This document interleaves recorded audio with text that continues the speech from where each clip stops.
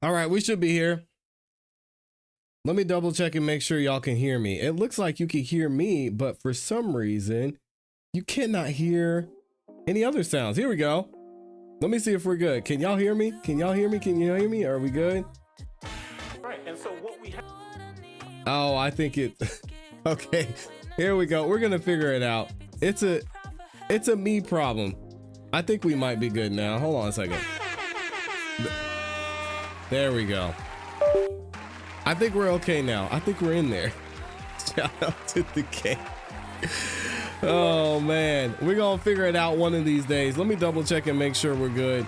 Y'all can hear me, y'all can see me. You know what to do. Drop a 1 in the chat if you can hear me. Drop a 1 in the chat if you can see me. I think we're back at it. Are we back at it? I don't know. We're doing a Saturday stream. It's my first time here, y'all, all right? Goodness gracious. Hopefully everybody's doing well on this Saturday morning. It's great to see everyone in here for an extra live stream.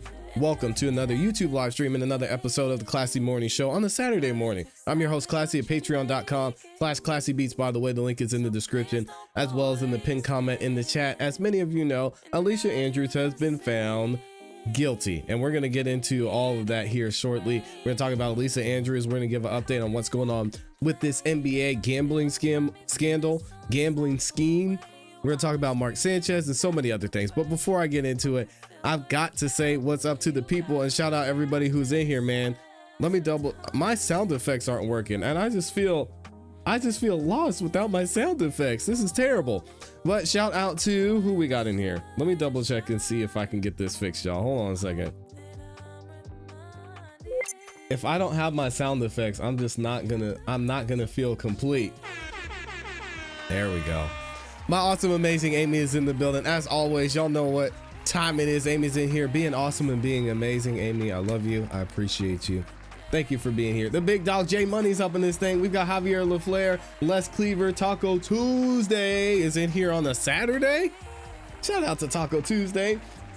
We've got LL, double L's in here because I'm gonna mess up your name. I think it's Low. Is it Low Life? Hopefully I said that right. Alicia, or is it Alice, is in here as well. I can read y'all, I promise. We've got Everyone Needs Pizzazz is in the building as well. Shout out to y'all. Shout out to the Saturday crew. John is in here. We got Young Steppa is in the building too. Great to see so many of y'all. Oh man. We're gonna figure it out. I'm struggling a little bit this morning. We're gonna figure it out. If you haven't yet, I don't ask for much on the show, but can y'all please make sure that you like the videos? All right, likes are free, helps the channel continue to grow. Lets the algorithm know y'all are enjoying the show, shares the video, the channel, and this live stream with more people. So thank you again to the over 400 of you that have done that. I appreciate it. I know as we get more people in, y'all are going to be liking the video, so make sure you do that. Additionally, if you're feeling extra generous, you can share the video as well. So thank you to those of you who share the video regularly. You can share the video by clicking the share button. It's got an arrow that's curved pointing to the right. You can share it to Facebook, Instagram. You can even share it on X and in a text message. So if you want to tell people where you're going to be hanging out this morning, go ahead and hit the share button. Last but not least, I will be giving a special shout out and thank you to everyone who goes the extra mile and sends in the super chat as well. So thank you so much to all of y'all who have done that. We've got some new members up in here. Javier LaFleur.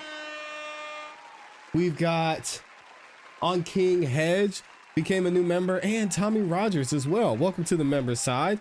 Make sure y'all check out the members only content while you're over there as well. We've also got Les Cleaver with the 5 bomb. He said, I pray everyone had a safe night and stayed out of trouble, but had fun. Today is All Saints Day. God loves you and forgives us of our sins. Amen. Thank God for God. And yes, Les Cleaver, starting church early. Absolutely. Thank God for God and thank him for forgiving us and being the reason that we have hope and that we have life. Shout out to Jesus, man. We love Jesus over here. We've got Spring Flowers is in here this morning with the 5 bomb. Says, good morning. Have a blessed day and a happy day. Thank y'all for the support. And then of course, my awesome, amazing Amy is in here as well, gifting 5 memberships. If you got a membership from Amy, you know what to do.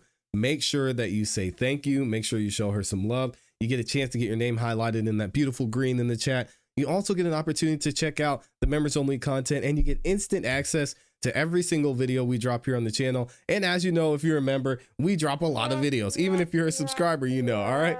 So shout out to Amy. Thank you for the love and support. Also, in case y'all didn't know, Amy has a channel she drops content on regularly. Y'all go over there, support her, subscribe, hit the notification bell so you don't miss any time she goes live or drops a premiere or drops a new video as well. She's posting shorts over there. We have premieres that we do where we go and we get to live chat while we watch some of the videos, the amazing videos that Amy posts. So make sure y'all go and check her out. Show her some love. Absolutely dope content creator. So shout out to Amy. All right, let me see. Let me double check and make sure we're good. And we're going to go ahead and get into our first topic today.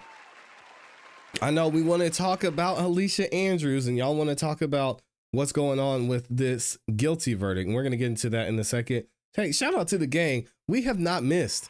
We have predicted every single verdict that's happened with cases that we've been covering here on the channel. It's crazy. A little bit of common sense goes a long way, doesn't it? Floyd the Real Deal Neal is in here too. Yeah, and some of y'all don't celebrate Halloween too. Nothing wrong with that. And it's understandable, honestly. This might be one of the last years I do it as well. Anyway, let's go ahead and get into it. So now that Alicia Andrews has been found guilty of manslaughter, nobody here on this channel was surprised about that, especially considering the way her testimony went. But we'll get into that later. Alicia Andrews had to go through this entire trial, and she chose the final day. The only witness that was called by the defense team was Alicia Andrews to get on the stand. So we got to hear that. We covered it here on the channel. Then we got to closing arguments. I am not going to torture you guys by playing the entirety of closing arguments. If you want to watch the closing arguments, there's great channels like Law and Crime, several Jacksonville news channels that covered it. Go and watch the full closing arguments over there. They were brutal. But I do want to play part of closing arguments. And the part we're going to play is the state's rebuttal to the closing arguments from the defense. Some interesting facts stated here. I think it was very, very well done.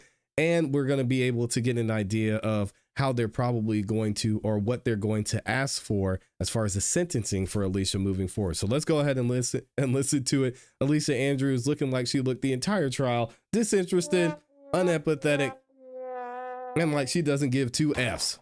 Y'all know what I'm saying? Here we go. Members of the jury, we're almost there.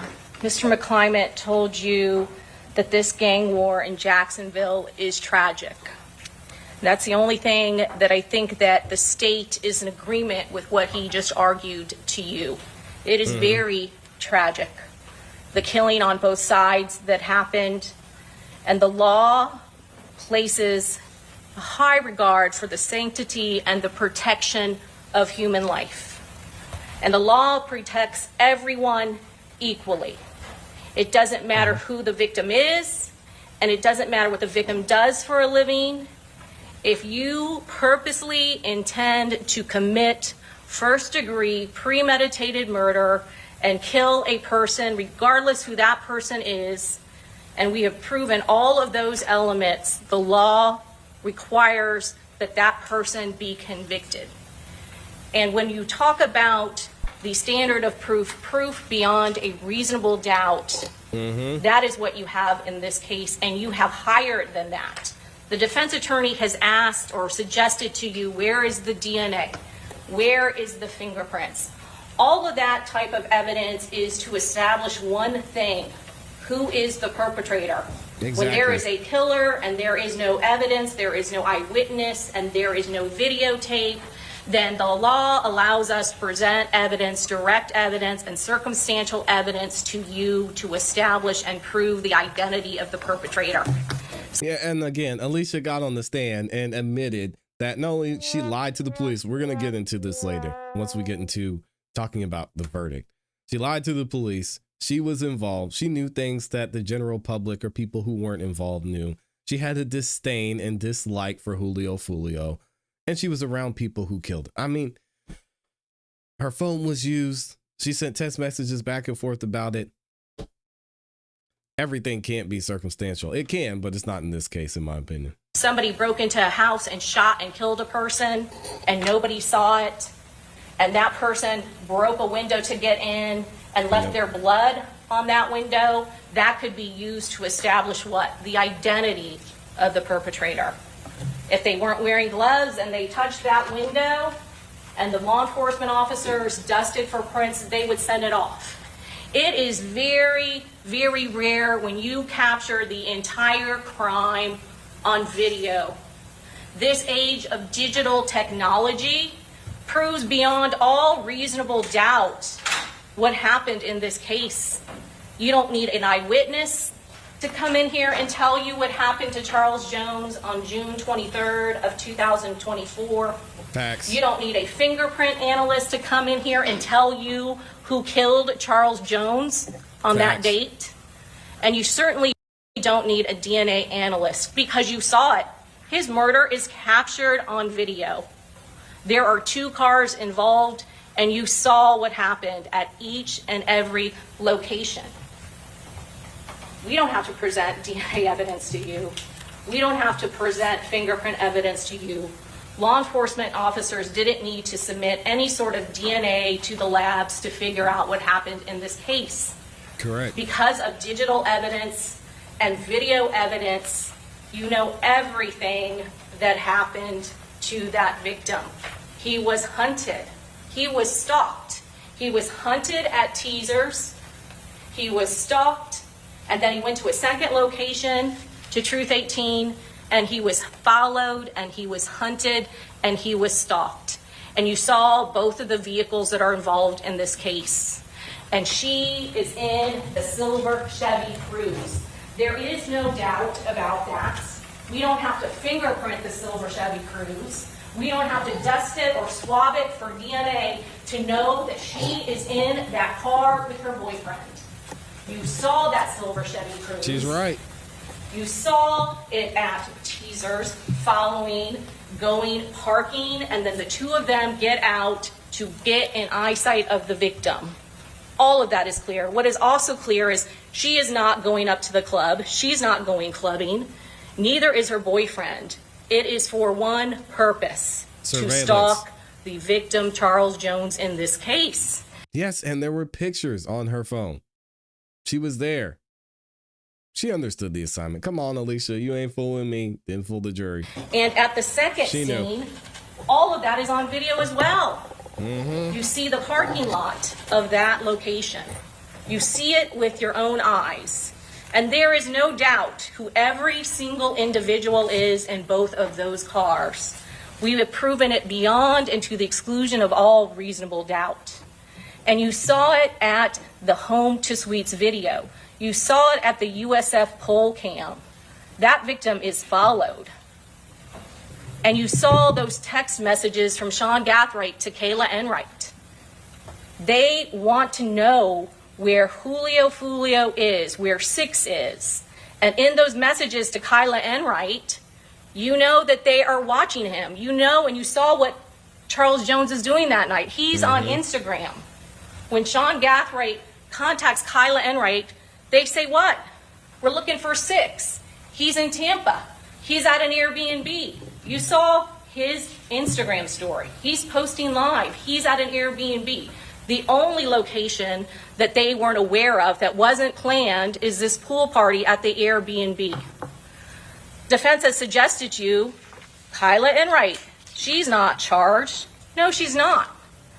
There is a law, the law of principle, that shows that we have to prove that the person who assists, the person who is a principal, intended the crime to be committed and did something to assist.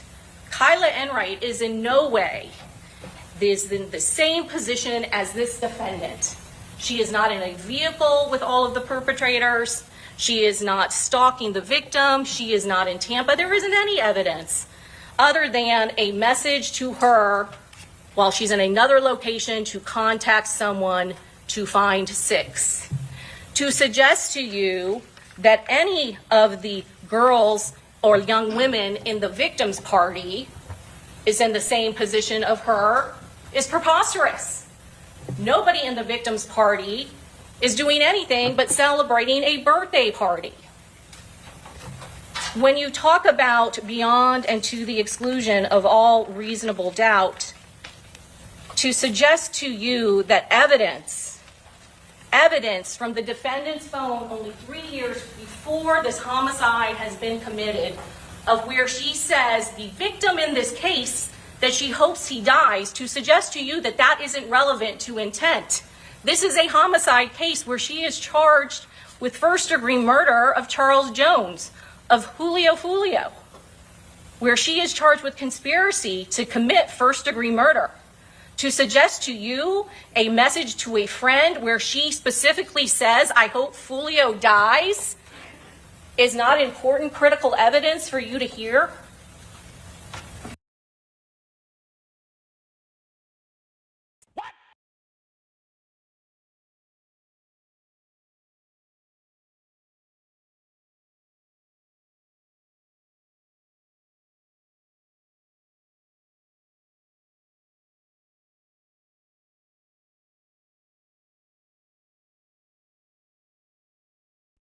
Of course, I was muted this whole time.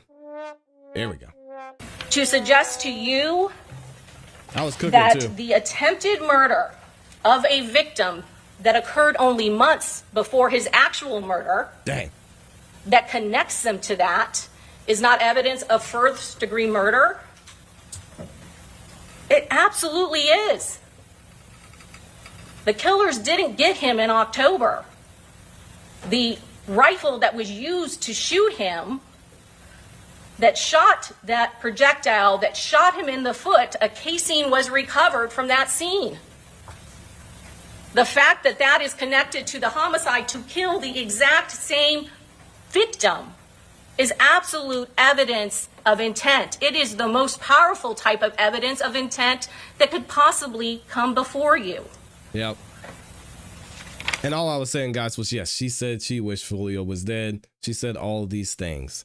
And again, this was a classic case. As Amy said earlier, this is a classic case of be careful who you surround yourself with. Be careful of your friends. Be careful who you associate with. Be careful what you say, because it could come back to haunt you. Terrible.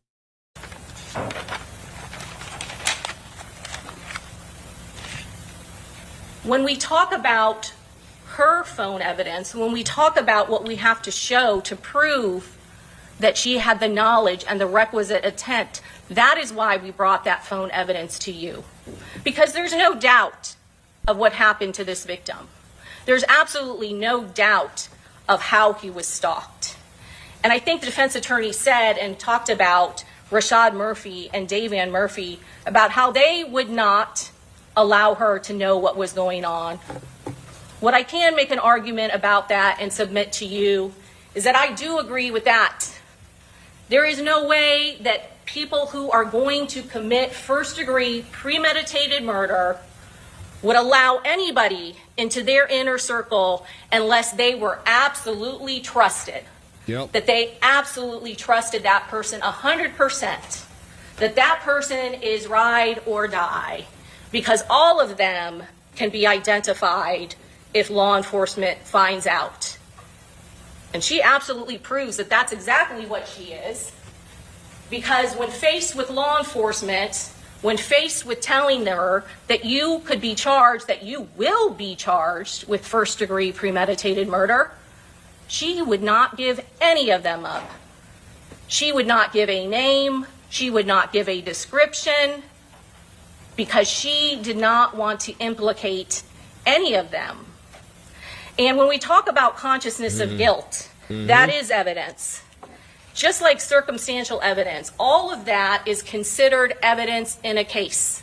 There's not going to be anything in these instructions that define for you what direct evidence is, what circumstantial evidence is, or what consciousness of guilt evidence is. But all of the evidence that is presented to you can be evaluated by you to determine whether or not the defendant is guilty or not guilty. And she is not innocent. The evidence in this case proves overwhelmingly that she lied to law enforcement. And that evading of law enforcement, that lying to them, shows that she has something to hide. Innocent people don't have to lie to law enforcement. Innocent people are cooperative and tell what they know when somebody has been killed and killed in cold blood. And that is what has happened in this case. Charles Jones was hunted and he was tracked down and he was killed.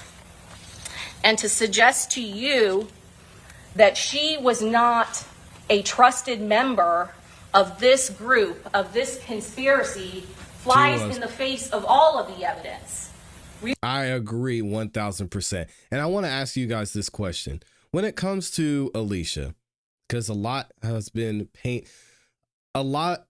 of this narrative has been painted by the defense that she was a victim. She was forced to do certain things. Yeah, maybe she did it, but she didn't have a choice because she was scared of Isaiah. Do you think Alicia's like, oh, let me get in on this? Or you think Isaiah said, you're going to do this and this and this. You're going to go here and here and here. You're going to take these pictures, send this text, all that. Or do you think she wanted in on it? From what you've seen from her and her testimony, her interrogation, and the text messages, let me know what y'all think about that in the comments in the chat. Of this conspiracy flies in the face of all of the evidence. We rely on you to use your common sense when you evaluate this evidence, and when you look at what is on her phone, and when you see the personal animosity and what she was living in at the time when she wrote those messages. The one message that isn't in evidence, when I asked her about Antonio Tilley and the person who died the day before Charles Jones is shot in the foot. Remember that? I refreshed her recollection. Well, it was brought up during her direct testimony. Come on, man. you need to link it up to evidence they did here, okay? You heard her testimony.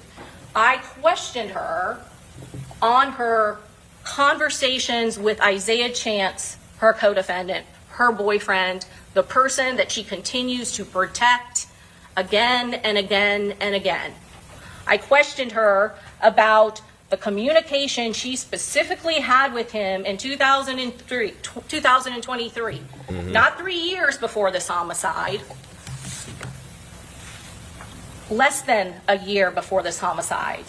And she claims she knows nothing about the gang stuff. She knows nothing that is going on. There is more than one conversation with her and Isaiah Chance about what is going on in this gang war and who has been killed, personal in their lives. One you saw in evidence, the town center, where it is clear they have talked about it before, because her response when she realized it's about the town center and that 23 has been killed there, she says, I forgot. I'm sorry, we don't have to go there. That conversation is in evidence. You also have testimony from her on the stand specifically about the death of her boyfriend's good friend, Antonio Tilley, that occurred on October 6th, the early morning hours going into October 7th of 2023, where I specifically asked her on the stand, you've talked to him about that. Oh, I can't really remember. So we refreshed her recollection. It's not in evidence, but we refreshed her recollection with the conversation. All of a sudden, she remembers it, right? That's what she does. She doesn't remember it until she's faced with hard evidence. She sees that conversation, and now she's got to answer questions about it, right? And what is it about? It is about another person close to her boyfriend that has died in this gang war. It's about Antonio Tilley. Tilley's death. He is upset about it. And before I can even get a question out, she says, oh, yep, he didn't want me to be around him at that moment. He was so upset, he didn't want me to be around. He needed to be by himself. And Alicia said, oh, and I didn't care. I mean, Tilley was gone, whatever. Didn't have anything to do with me. Jeez. Cold-hearted. And then there's another conversation on October 8th. The very next day, where he has done something and they have talked about it, and he needs her to be loyal. She remembers that, right?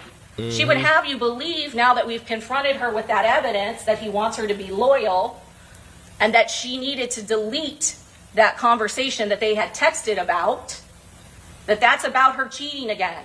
The same boyfriend that she has testified to you about domestic violence, that she's afraid of him.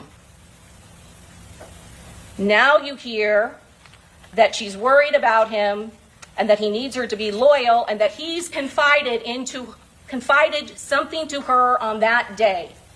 That is the day that Charles Jones is shot in the foot. That is the crime that also is connected to this case and evidence of all of the perpetrators' intent. They tried to kill him in October and failed. They were successful here in Tampa on June 23rd of 2023. Yep. That is why that evidence is so important. Conspiracies to commit first-degree murder don't happen in front of eyewitnesses. They don't happen in the light of day. They happen in dark places where people know that it is a crime and they know what they're doing and they want to get away with it. Actions speak louder than words. The defendant is never going to come in here and admit to being involved in a conspiracy to commit first-degree murder. Defendant is never going to be admitting to anyone, to law enforcement, or on the stand about her knowledge, Yep. to agreeing to be a principal to first-degree premeditated murder. But the law allows us to show you all of the evidence that can show what it is she intended. And that is why you saw those photographs from her phone. Nobody from the state side ever suggested to you that she is a gang queen pin. Nobody has suggested to you through law enforcement, to any witness the state put up with law enforcement that is an expert in this gang war in Jacksonville. They have all said the same thing. She is not in a gang. She is not charged with being in a gang. Why is all of that relevant? Because, again, to law enforcement, she lied about it. She lied about knowing anything about the gang. She wants them to believe that she has no knowledge. She wants them to believe that she doesn't even know about her boyfriend's nickname, Gutta. And you all know, again, the evidence is overwhelming that that is a lie. Not only does she call him Gutta, not only does she know that that's his nickname, not only does she know that is his gang stage name for his own drill rap videos, she has it tattooed on her twice. That's the reason why those photographs are relevant. It again shows her lying to law enforcement. The reason that you saw all of those messages to other people in the gang, about the gangs, there's conversations about Bibby and Robert Howard, gang member after gang member. That corresponding message to Jewel Jordan, we brought that to you. That's a good friend of hers. You think she wanted to testify against her friend? You have to evaluate each and every piece of evidence and what it shows and what it proves. It proves that she knew exactly what was going on in this gang war. It proves that she personally knew people that were affected by this gang war. When you look at the phone evidence, I know that there is a lot in there.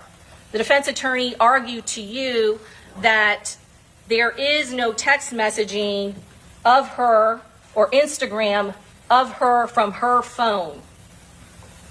That is because she got rid of her phone. You heard from not only our expert, but their expert, some of this information is not backed up. Some of this information you can only get if you have the device itself. That text messaging that we have between her phone and Sean Gathwright's phone during the time of the crime, that was only retrieved by Sean Gathwright's phone. Her phone didn't have those same messages. Her phone is backed up, and her phone had photographs on it. Her phone had conversations on it. But the time period, you heard from Detective Ramos, where they were looking at that time period for the crime was not on the Apple iCloud backup. And there's two ways that can happen. It can happen either by it not being something that she backs up, or it can happen if a person personally gets rid of that time period and deletes it from their phone. We never got her phone, You heard that others got rid of their phone. Sean Gathright, who was using his phone in this instance. So it wasn't just her that got rid of her phone. Sean Gathright got rid of his phone as well. And again, more evidence of her intent is the conversation when she knows law enforcement is looking for her. That's why we presented all of that information from the phones to all of you. Because again, it is evidence of her intent that something is on her phone that she does not want law enforcement to know about. That is the reason she's laughing her, LMFAO. That is why she is laughing out loud, because law enforcement got her new phone. And in the middle of this search warrant, when law enforcement is executing it, she has a new phone that she is trying to back up all the stuff from the iCloud. She got rid of her device, and she got rid of the specific text messages that surround that time period. Guys, I'm not gonna lie. I know I said and I predicted it was going to be guilty, but she got so lucky with all the evidence against her. I'm shocked that she wasn't found guilty of second-degree murder. Just all the evidence was pointing to Alicia's heavy involvement, to her trying to conceal things, to the lies, to her being this close to all of them. It's just not enough reasonable doubt for me. She got lucky. I really believe she got lucky. If you look at those videos where her boyfriend, Isaiah Chance, is walking around with her phone, it's not just up to her ear. Look at it. He has it out like this. That is a way a person holds a phone when they are speaking on speakerphone. There are conversations happening, and there are calls that are being made and communicated between him and the shooter's vehicle. And they keep on suggesting to you that the attempted call that is in the call detail records happened when he is out in that parking lot in Teasers. That is not. If you look at the timing, both by our expert and the defense expert, the timing is clear. That's why we went through so much trouble about making sure the timestamp is accurate at each and every video that you heard.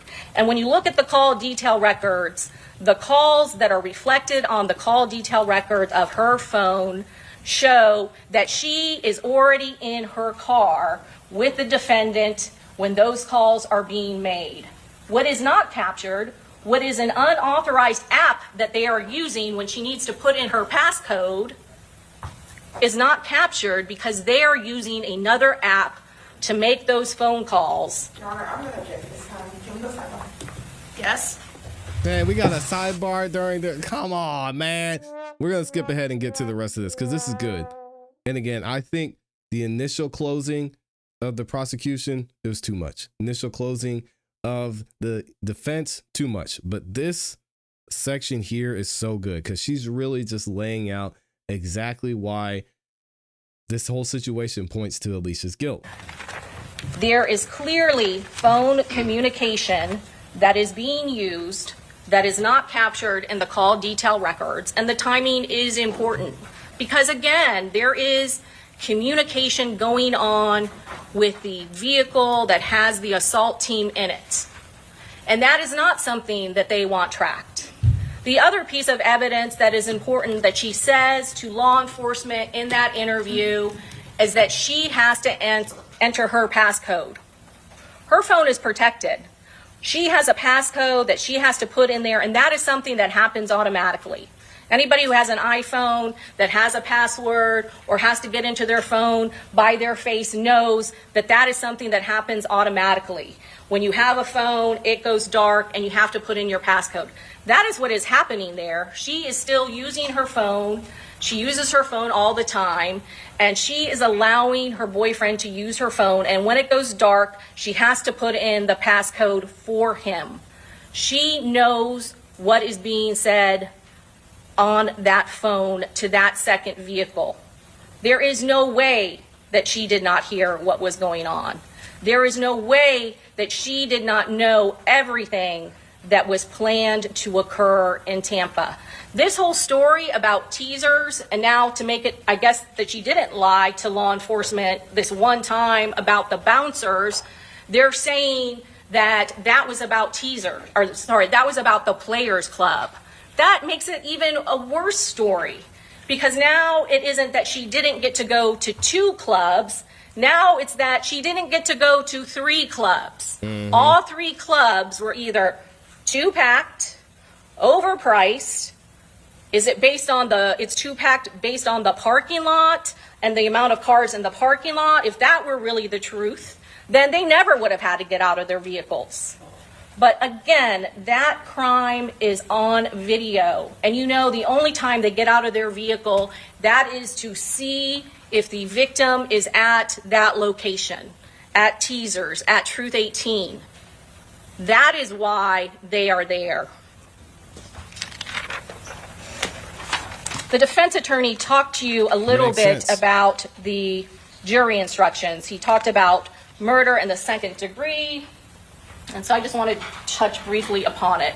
There is another instruction that you will hear from the judge, and that is that you should find the defendant guilty of the highest crime that has been proven beyond and to the exclusion of all reasonable doubt.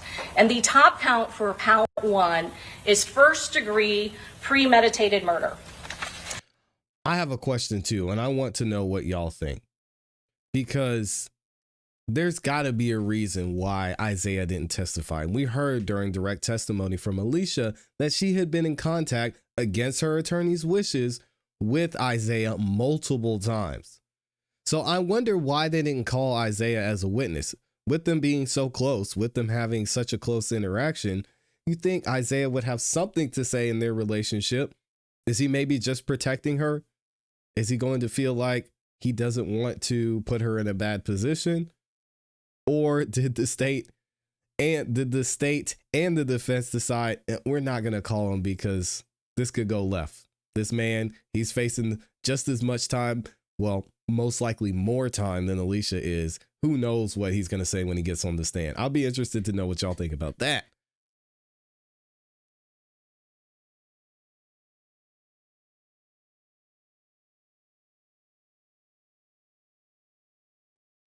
Here we go.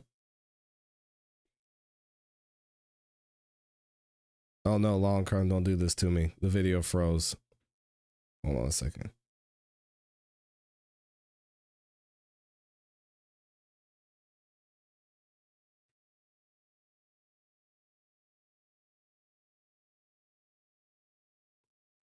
I hope they're not taking down the video. I don't even think manslaughter is right, though. I think she's guilty. It's the only choice they had that made kind of sense. From an evidence standpoint, his testimony would have been a wash. It would have been interesting to hear, though. And for some reason, this doesn't want to play. Y'all give me a second to see if I can figure this out.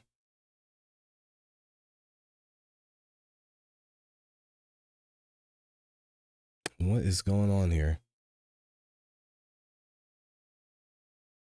Hopefully Law and Crime didn't take down the video.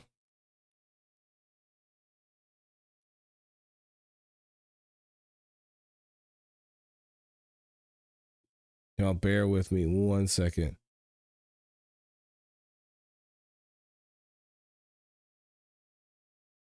See if we can get it. Innocent minds can't fathom what's the deal. Really, you have to be about that to really know. So none of you would know, and that's a good thing, to be honest. Yeah, and I mean, being able to look at something logically and understanding what someone might have been going through from an emotional and mental standpoint, I think that's a great point. But at the same time, if you're going to bring up certain accusations about something that someone is going through, then you need to be able to show that. And I don't think the defense did a good job of showing that. Amy says Alicia Andrews was found guilty of a lesser included offense of manslaughter, but not guilty of conspiracy to commit murder in the case involving the rapper Julio Fulio, Charles Jones. I don't know what is going on with this video. People keep saying she got a win. Not really. No, this is not a win. Being found guilty of manslaughter is not a win. Goodness. It's not gonna hit until she goes to prison. For them, 15 years jail is a vacation for her right now. I don't know how much time she's gonna get, to be honest. And let me stop this and see if I can figure this out. Y'all bear with me real quick. I'm gonna try and, yeah, this is not a win. I've saw several people on X saying, oh yeah, this is exactly what she wanted. No, getting a not guilty is not what Alicia Andrews and her team wanted. Okay, let me see. What is going on here? Instruction that you will hear from the judge. I got it back. I don't know what was going on there. I apologize, guys. All right, here we go. All right, let's get back into it. Here's the rest of this. And that is that you should find the defendant guilty of the highest crime that has been proven beyond and to the exclusion of all reasonable doubt. And the top count for count 1 is first-degree premeditated murder. And principle applies to this. Principle also applies to murder in the second degree. But this case, murder in the first degree, is the top count, and all of these elements have been proven at beyond and to the exclusion of all reasonable doubt. And the reason why I'm putting this back up is because the death, count 2, if you look at element 2, count 1, the death was caused by the criminal act of Alicia Andrews. That always is going to be read in a principal case. She is never alleged to have touched a gun. She is never alleged to have been one of the shooters. She is guilty as a principal.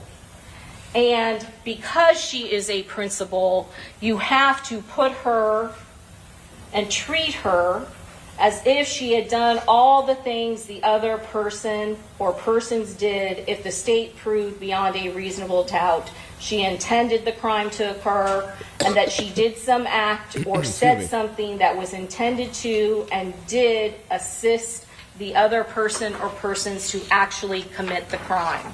Now, in all fairness, did they prove this? Not necessarily. Do I believe that that's what happened? Yes. Did they prove it? I think that could be, you could probably have a hung jury on that just alone, but they didn't find her guilty of that. So it is what it is. Obviously, the prosecution didn't do their job to prove that.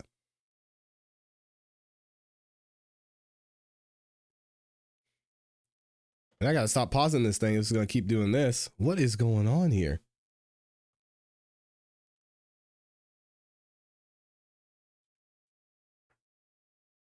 I apologize, guys. I don't know why I'm having such an issue with this. I wonder if Law and Crime is doing something to this video.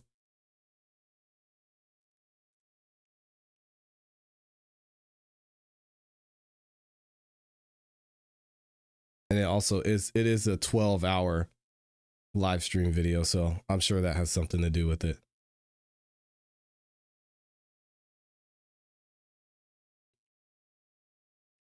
The jury worked over 13 hours. Yeah, Amy says court documents assert that on June 22nd, 2024, Andrews and others traveled from Jacksonville to Tampa in 2 separate vehicles with the purpose of locating and killing the victim.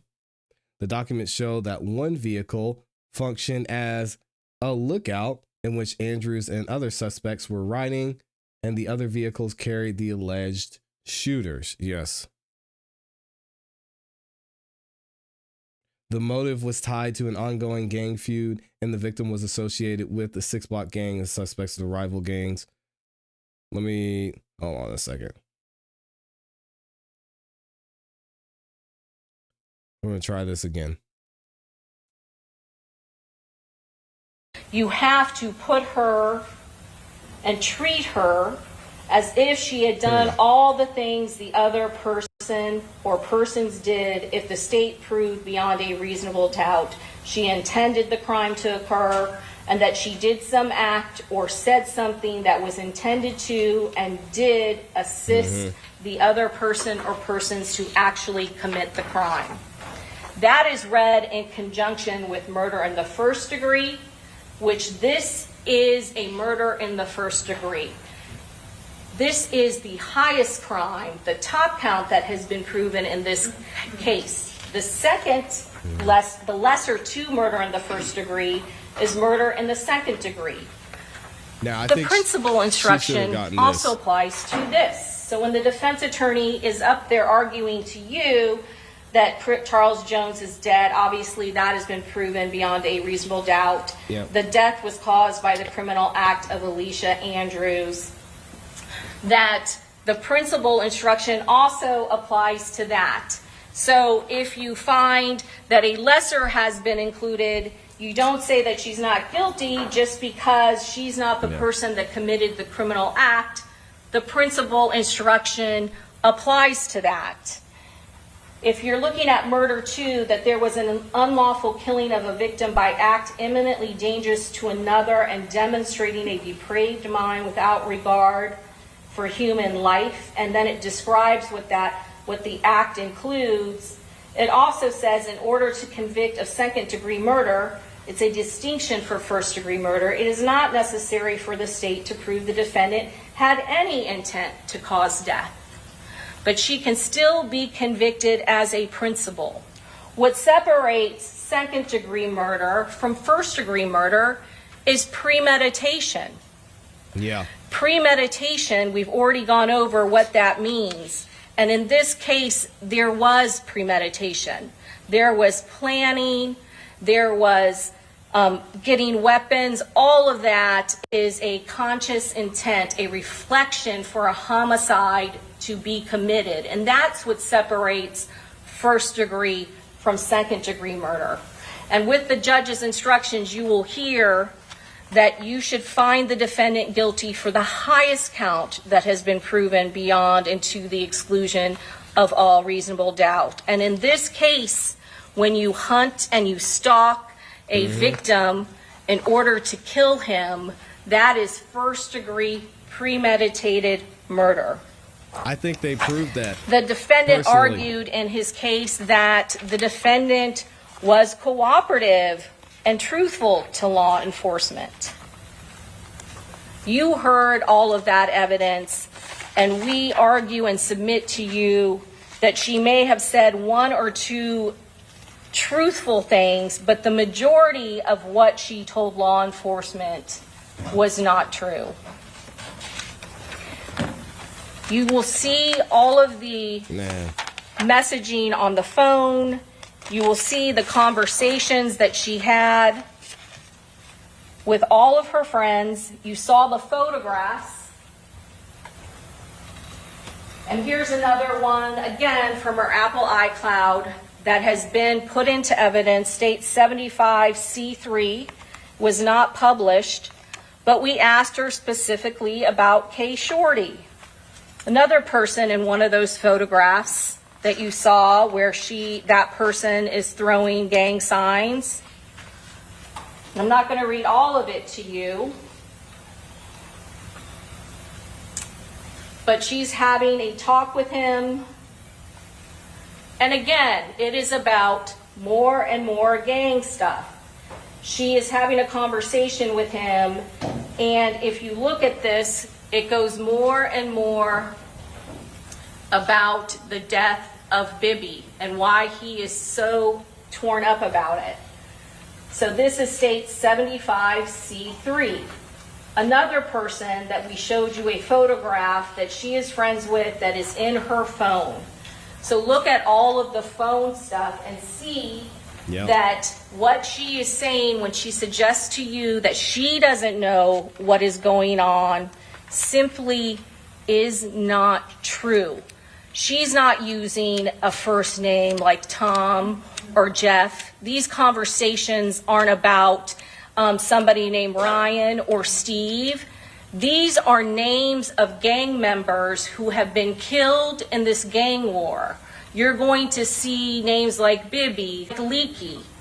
All of that is evidence of her knowledge of what is going on in Jacksonville and what is affecting the very people who she is dating. to such of effect that she has to delete messages from conversations that they have had about it. That is overwhelming evidence of her guilt. We ask you to take a look at all of the evidence in this case and hold her guilty and responsible for her own participation in this crime. Yeah.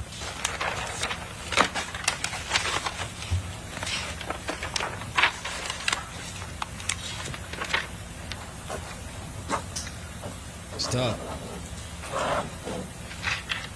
And she lied about simple stuff, you know?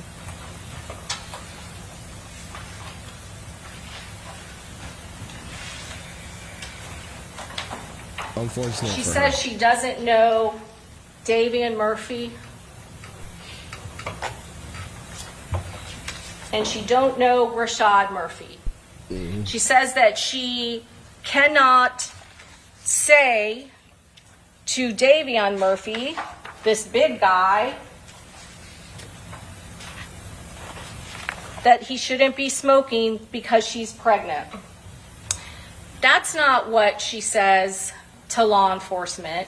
In fact, and that's not even what she says on the stand. She's not saying that she's not giving their names because she's afraid of them. She's not saying she's not giving them their names because they're in a gang. She's saying she's not giving their names because she don't know them.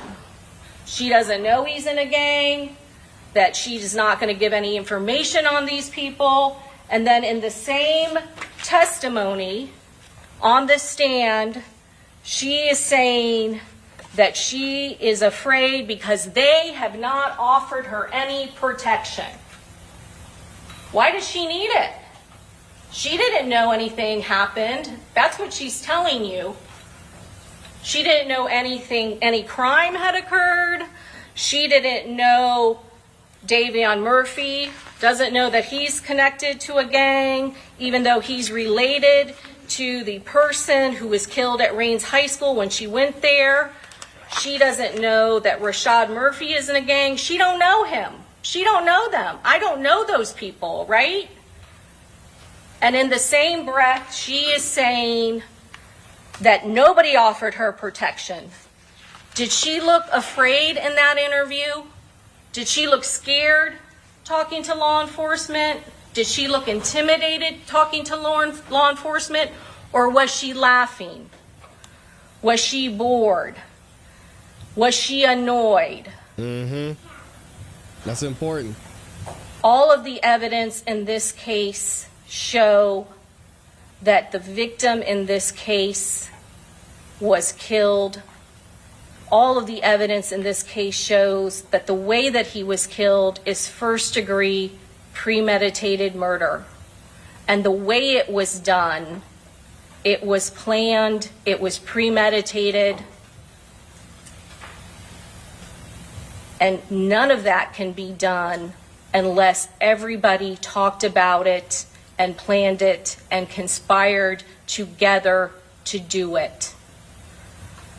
Based on all of the evidence in this case, we are confident that you will find her guilty of first-degree premeditated murder and guilty of conspiracy to commit first-degree premeditated murder. All right, thank you. That was it. I think it, well done.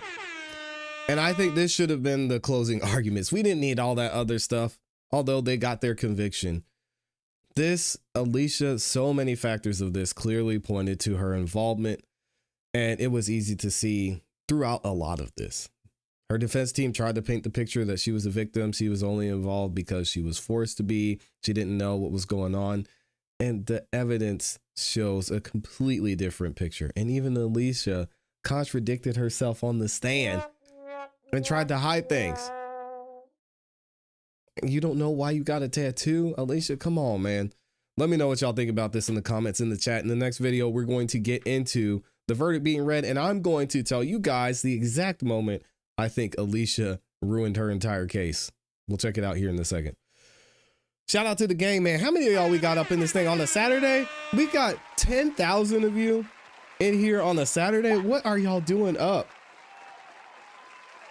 That's crazy. Thank y'all for being here. If you haven't yet, please make sure you like the video. Shout out to Amy. She has been going crazy in the chat, giving y'all so much good information. And I want to read through it here shortly. Kat Not Williams is in the building too. Shout out to Kat, was covering this yesterday. Y'all make sure you go check her out and show her some love. Man, I wish I could go back and read everything that Amy said. Yeah, she was cooking. Let's see. The bad part is the lady knew she was going to talk a second time. So she shouldn't have talked that long. Yeah, that was all we needed to hear. I didn't need to hear all that other extra stuff from closing. That initial closing was brutal. I'm just tuning in, but honestly, I don't think they proved she knew it was going to happen. They only proved that she was there. They proved she was involved and that she had knowledge that she wasn't being completely honest about. And I think that was enough, especially if you're going to testify. Alicia, she shouldn't have testified. Again, anybody arguing that her testifying helped her, I can't agree with you. The last I wanted to see of Alicia Andrews was her being defiant in the face of the police. Detective Ramos just aggressively interrogating this poor little girl. But no, Alicia Andrews had to get up there with her attitude, with her denial, admitting that she lied to the police, pretending like she didn't have a relationship with a man that she's still in contact with today because she wants to keep him happy. Bro, man, get out of here with that. Alicia, she should have sat her butt down and kept it moving. She just sat her butt down and kept it moving. My goodness, 355. Where are you at, Bev? That's crazy. Well, you're definitely a supporter. Oh man. Okay, so it's in the afternoon. Is that afternoon or morning? No, that's afternoon because you said 1552. So it's 3 o'clock there in the UK. Shout out to the international gang. Good to see y'all in here. I need to hold on. I don't know why my computer's tripping today. It could be a Google Chrome thing. I don't know. Let's see. Maybe we'll be good now. Shout out to the international gang in the building. Is it too late to fire her lawyers? I mean, she could appeal. I don't know I don't know. Maybe we have some ineffective counsel issues. I'm not sure. This is like going to the store and the store gets robbed and you were there to buy candy. Now you're a part of the robbery. No, this is like going to the store and the store's getting robbed and the guy in the store looks at you. He's like, hey, wanna grab something out of that cash register over there? And you're like, I mean, will they even notice? And you go get some. But even then, that's not even a good analogy because even then, she legitimately could have the defense that I was in fear for my life. This guy asked me if I wanted to take some cash out of the cash register. He had a gun. He was robbing the store. I mean, I had to take the money. I didn't have a choice. Yeah, but you went and spent it and you bought some new Gucci slides and a new Louis Vuitton purse. But I mean, hey, he had a gun. I was scared. But Alicia Andrews cannot make that defense here because not only was she involved with this man for 4 years plus, but she was communicating about the person who was the target. She was involved with some of the guys who went after and took this man out. She, according to her, found out there was a last minute trip that she helped them find an Airbnb for and was like, hey guys, I want to go. I missed the trip to Atlanta. Can I go with you guys? So she goes down there. She's riding in the car with Isaiah. She stalks this man, takes pictures, has screenshots on her phone. And you want to play victim? Man. No. So while I get your analogy, I don't think it's the greatest fit because the defense did not do a good job of painting Alicia Andrews as a victim. They didn't. She had her phones. She had the communication. She helped booked it. She helped planned it. She helped follow Julio. I mean, come on, guys. They were following this man. Hey, shout out to President Donald Trump. I see y'all in here. Agreed. She knew what the plan was. She should have never taken the stand. But she should have never taken the stand. And I'm just saying this as a juror. Like, I don't think you have to be a elite legal professional to look at something from how a jury would look at it. This is what I'd be saying during deliberations. I just don't think she would have gone through the front door that day. She would have snuck around the back. I also don't think she would have let him use her phone. Well, when it comes to her letting him use her phone, one, I don't think she cared. Two, I don't think she had a choice. And three, she said multiple times that she had let him use it before. You want to use my phone? Use my phone, whatever. I know what you got going on. Just do what you got to do. How could they? She's not a victim. She's a D writer. Dang. Okay. I mean, she did have a baby, so that is a verifiable fact and evidence. She is a D writer.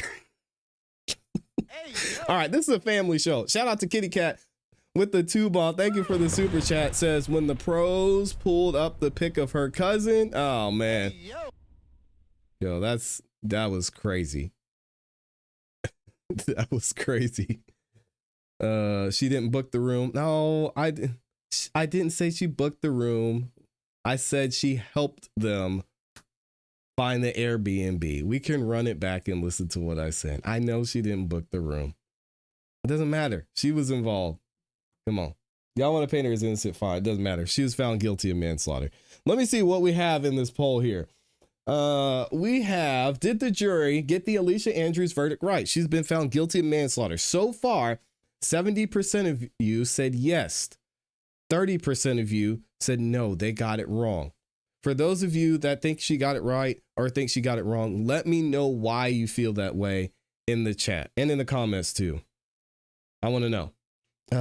Shout out to Taco Tuesday. Amy says, I think her man knew he could use her too, and she bit off more than she could chew. Rhyming accidentally. You don't see Amy with the bars? D-Ride Club, guilty of that too. Hey, I see you, Amy. This is a family show. Chill out. But yeah, shout out to Amy. Shout out to all the D-Riders out, the proud D-Riders out there. Oh man. All right, let me read a couple more comments and then we will get back into the show. Because the charge is going to add up, right? That's the only choice they had. I'm not saying she's innocent, just the charges don't add up. Yeah, I think murder in the first degree, I think was kind of crazy. That was an overcharge. Second degree murder, I was honestly thinking they were going to find her guilty of second degree murder. I think there was enough there. Obviously, the jury thought they had some reasonable doubt that many of the factors in the second degree murder charge didn't apply to Alicia. All right. Shout out to Amy. I started watching this 2 days ago. Why did they murder him anyway? Beef. He was dancing on his ops graves. He had beef with Young and Ace. Allegedly was involved in one of Isaiah's friends getting shot. Again, we won't get into all of that, but it was beef, plain and simple. They tried to take Julio out. Didn't work. He got shot in the foot. Bullet was still in there. And then they said they weren't going to miss and got him on his birthday. Sad, man. I said, yes, I believe they got it right because she didn't kill him. She played a part, but didn't hold the gun. And my bad for the D-Rec comment. No disrespect to the chat or the ladies out here. Hey, man, some of the ladies are proud D-Writers. Don't worry about it. We have a fun over here. The truth. All right. The only time I'll probably never joke is when if it's a crime against children. When it's crime against children time, if y'all been following the channel, and you'll see when we get to the Nazaire Harris trial coming up next year, I flip a switch. Just a warning, all objectivity when it comes to crime against children is lost. I am the self-proclaimed king of objectivity when it comes to crime against children. If there's just this amount of evidence, I usually just want to throw the whole person away. So just be aware of that. Anything else, we can have a good time, man. It's fine. And Amy be out here, cutting up anyway, so it's all good. If they say the hands of one of the hands is all what's going on, the couple went to McDonald's and didn't have enough funds for the meal. Yo, who goes half and half on McDonald's? That's crazy. Bums rode through the parking lots of the victims. Yeah, that was crazy. That was crazy. Alicia said, yeah. I don't remember who bought the McDonald's, but we went half and half. I'm a hunter, so I agree with that. Yeah, shout out to the Truth McGregor.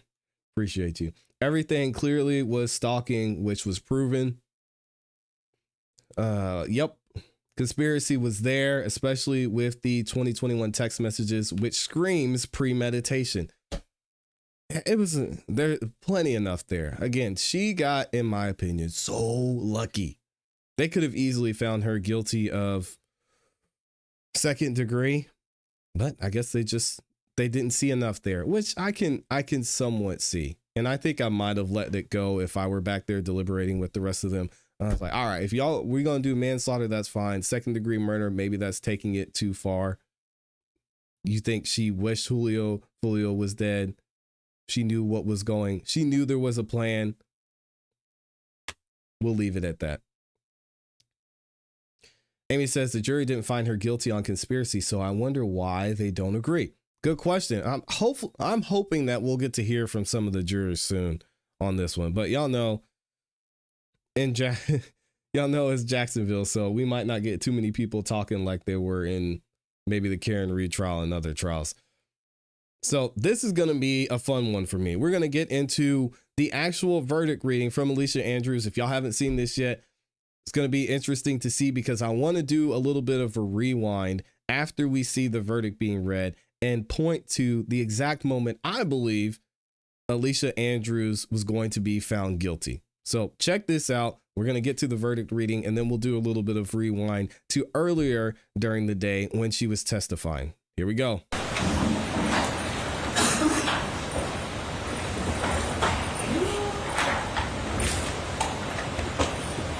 Okay, very good. Madam Clerk? Yes. Please publish the verdict. In the Circuit Court of the 13th Judicial Circuit of the State of Florida, in and for Hillsborough County Criminal Justice Division, State of Florida versus Alicia Latoya Andrews, case number 24 CF 1911996, Trial Division 1, verdict form. We, the jury, find as follows as to count 1, the defendant is guilty of manslaughter, a lesser included offense. We, the jury, find as follows as to count 2, the defendant is not guilty. So say we all, dated this 31st day of October 2025, signed foreperson of the jury. All right, thank you very much. Have a seat. Is that side wish for me to poll the jury? Yes, sir. Okay. So, ladies and gentlemen, I'm going to ask you, each of you, this is your true and correct verdict. I'm going to call you by your initials and your jury number. And I just need you to respond yes or no. Okay? All right, juror number 5, initials DC. Is this your true and correct verdict? Yes. Juror number 13, initials LM. Is this your true and correct verdict? Juror number 14, initials SC. Is this your true and correct verdict? Yes. Juror 21, initials EM. Is this your true and correct verdict? Yes. Juror number 23, initials CJ. Is this your true and correct verdict? Yes. Juror number 41, initials AM. Is this your true and correct verdict? Yes. Juror number 42, initials LL. Is this your true and correct verdict? Yes. Juror number 45, initials JO. Is this your true and correct verdict? Yes. Juror number 58, initials SH. Is this your true and correct verdict? Yes. At least it's like Juror whatever. number 61, initials SM. Is this your true and correct verdict? Yes. Juror number 62, initials PB. Is this your true and correct verdict? Yes. Juror number 71, initials MG. Is this your true and correct verdict? Yes. Sad. All right, very good. I have one final set of very brief formal instructions and then something a little less formal to say to you all. Ladies and gentlemen, I wish to thank you for your time and consideration of this case. I also wish to advise you of some very special privileges enjoyed by jurors. No juror can ever be required to talk about the discussions that occurred in the jury room except by court order. For many centuries, our society has relied upon juries for consideration of difficult cases. We have recognized for hundreds of years that a jury's deliberations, discussions, and votes should remain their private affairs as long as they wish it. Therefore, the law gives you a unique privilege not to speak about the jury's work. Although you are at liberty to speak with anyone about your deliberations, you are also at liberty to refuse to speak to anyone. A request to discuss either your verdict or your deliberations may come from those who are simply curious, from the media, from the attorneys, or elsewhere. It will be up to you to decide whether to preserve your privacy as a juror. On behalf of everyone, we are indebted to you. We are so grateful that you all agreed to serve as jurors.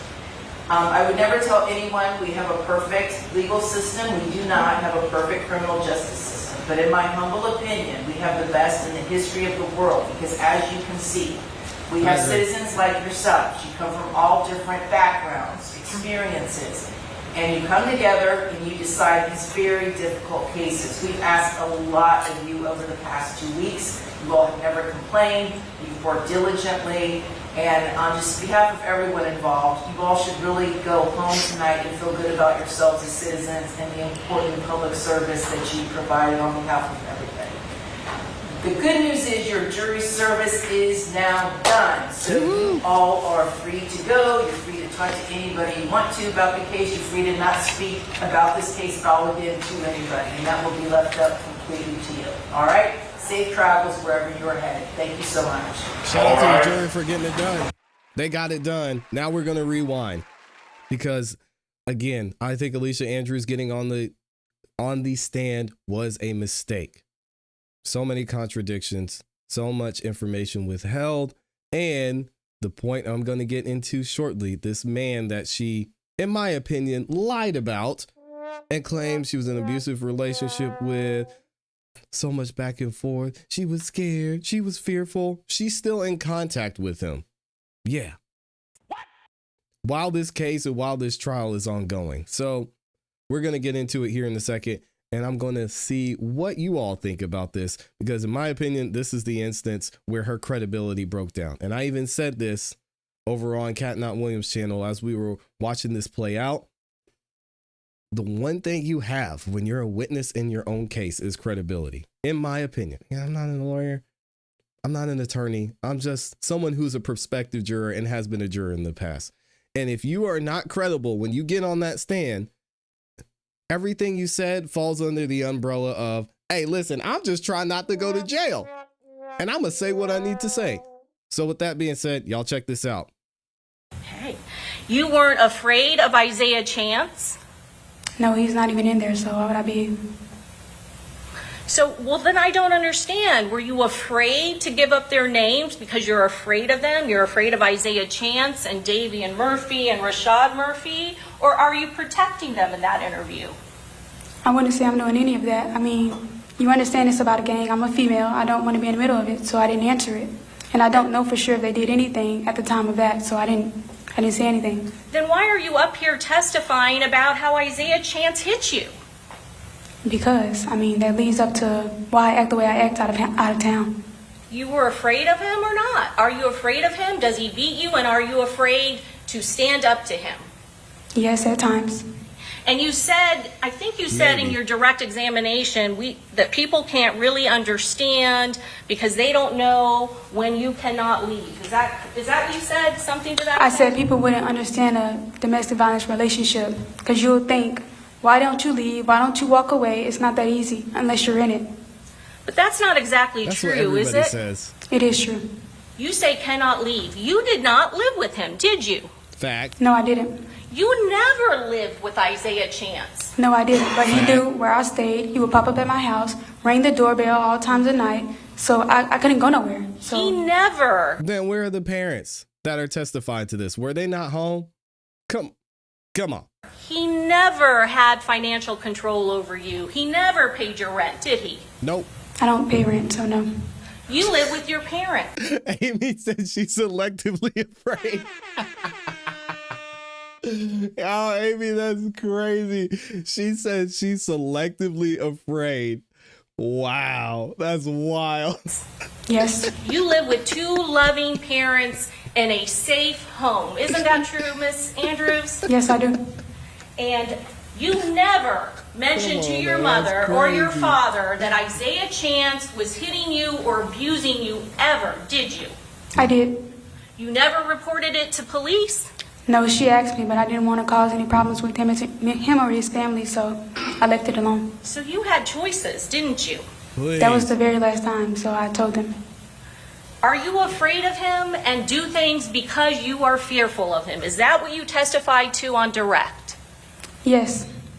So fearful of him that you have to do everything he says. Is that correct? Not At times, buying it. yes. No. And you are claiming to this jury that you're not in a relationship with him anymore. Is that true, ma'am? I'm not. I said he may think that because I never broke up with him, but I'm You not. think that he thinks that because you still talk to him even though he is locked in jail, right? Uh-oh. Yes, I do still talk to him, and that's because of my issue. I don't want to cause any safety issues in his jail. He sends me verbal messages and where I'm at, so, I mean, I just keep him at ease. There's nowhere for me. No. This is where she lost me. I was so proud. I was like, man, Alicia, she's holding it down. She's holding her own. This is where she lost me. She's still talking to this dude, interacting with this dude, as we're going to find out, sending certain types of messages to this guy. No, she looks like a is this a word? A self-preservationist? She's just trying to save herself. Hey, man, what you going to say? What are you saying? Are they saying this? What are they saying? Her attorneys did not want her talking to Isaiah. Do you guys know that? And now she's like, oh, well, he didn't think that. We weren't together, but I was taking my time out to talk to him. Just and where I'm at, so, I mean, I just keep him at ease. There's nowhere for me to go. What safety issues? He is locked up for first-degree murder charges and cannot get to you. Isn't that true, ma'am? I mean, you do know his ways in a jail. You can send messages to people. People look at me sideways. Oh, that's your boyfriend? He said this. He told me to tell you this. Like, it's safety issues. Like, literally before I came to trial, a deputy told me one of my co-defendants were trying to have me jumped. So I just do what I have to do. And somebody said, she lost because you don't understand abuse. Where is the proof?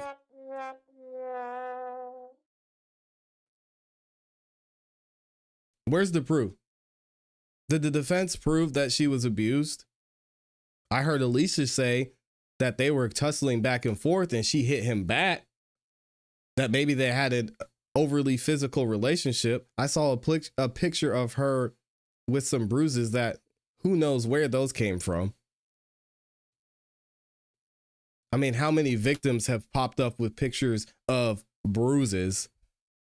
So again, that hasn't been proven to me. If y'all want to believe Alicia Andrews, please go ahead. But this whole narrative, again, because we're able to look at it objectively, that she was abused and she was in fear, you're going to take that from just Alicia on its own. That's what was going on. If y'all want to do that, fine. Not me. He told me one of my co-defendants were trying to have me jumped. So I just do what I have to do. You were also safely in jail. Isn't that true, ma'am? I wouldn't say safely. You can get in a fight at any time. Okay. There are Stop all it. kinds of deputies. Is that correct? Yes, all of them don't do their job also. So And we're not talking about your safety from other people. We're specifically talking about your safety from Isaiah Chance, someone you claim to be so afraid of that you will go along and do anything for him, right?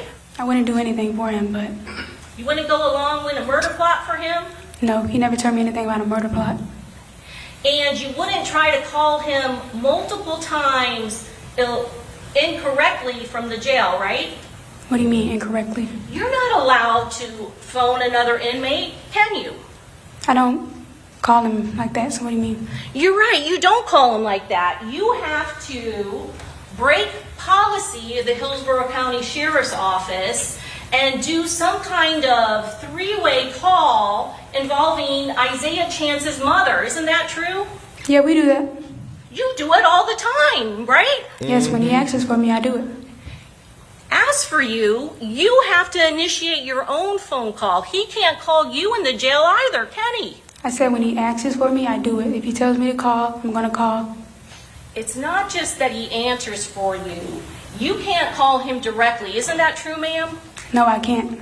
You have to coordinate and you have to make arrangements with some third Take party your time. who is not in jail so that you can talk to him. Isn't that true? Yes, and like I said, it goes back to me keeping him happy. I don't want to cause any issues while I'm sitting here. If he gets mad, if I don't call him, it's no telling what he's going to say. They can all, I'm the odd one out of this. They can all turn around and say, oh, it was Alicia, and I'm not getting in the middle of that. So I keep him happy while I'm here. He wants me to call, he wants to talk to me, let him know about the baby. He lets me know, I let him know I'm okay. That's what I do.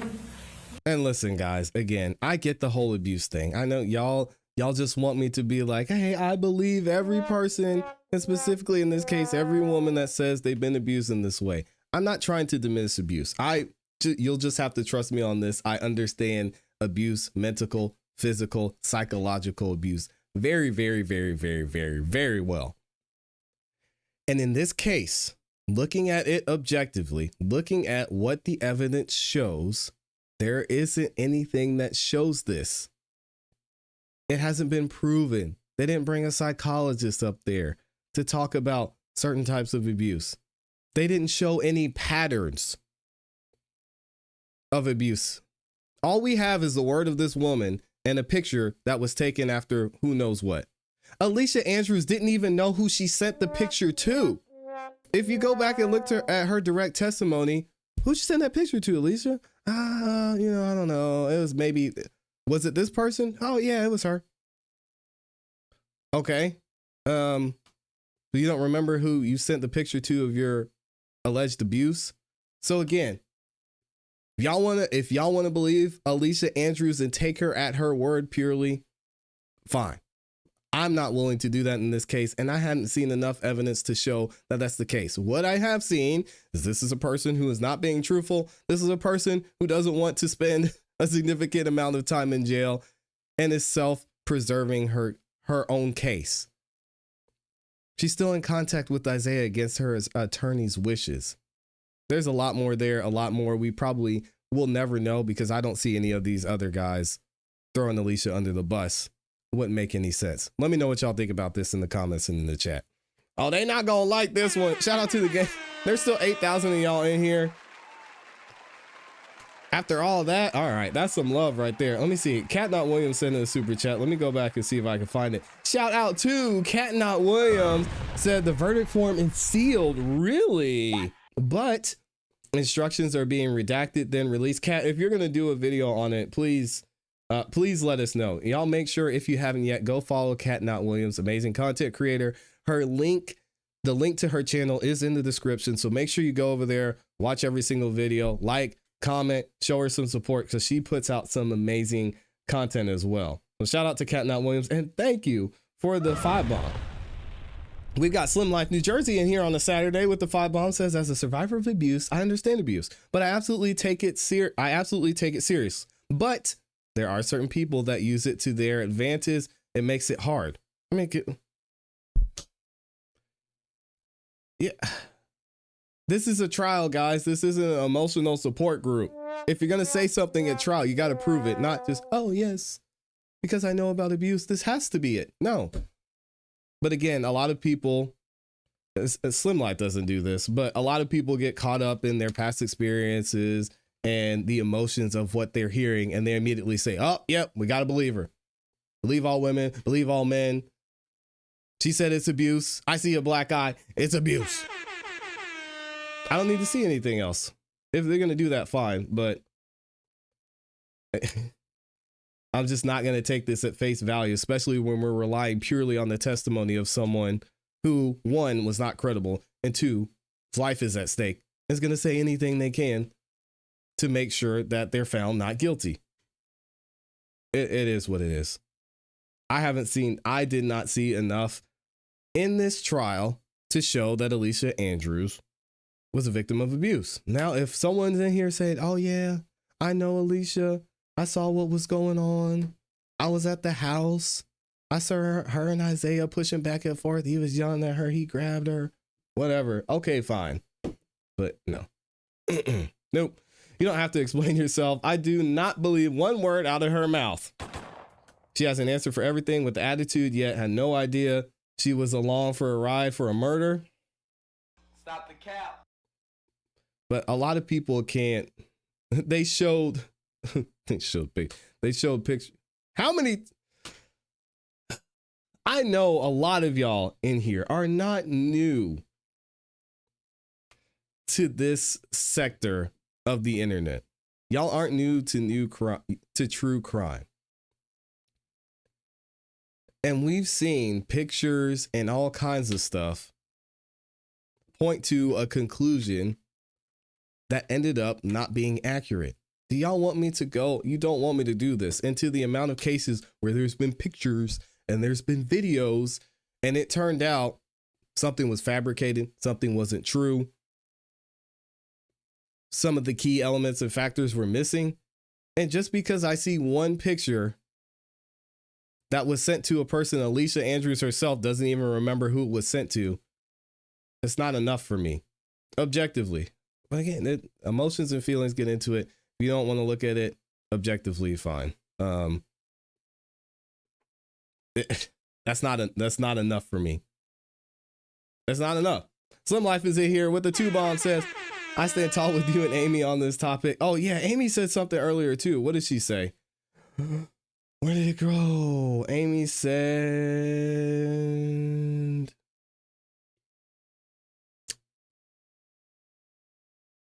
oh, here we go. I do understand abuse. I have a master's degree in psychology and body language. I can tell you that her behavior is one of self-preservation. I mean, yeah, I don't have anything against that. I think she's believable because if she was lying, then they would have showed the messages. It was clear he was messaging her from jail to contact him. They never said she was lying about that. No, she just lied to police, and that's okay.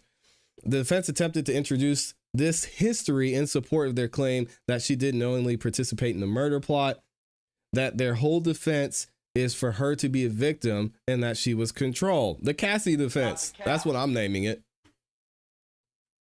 Cat Not Williams also says, but I don't see how she wouldn't put 2 and 2 together at the hotel and hearing shots. Yeah, she said, hey, you hear those shots? They're close by. What are those? You think somebody's getting shot, Isaiah?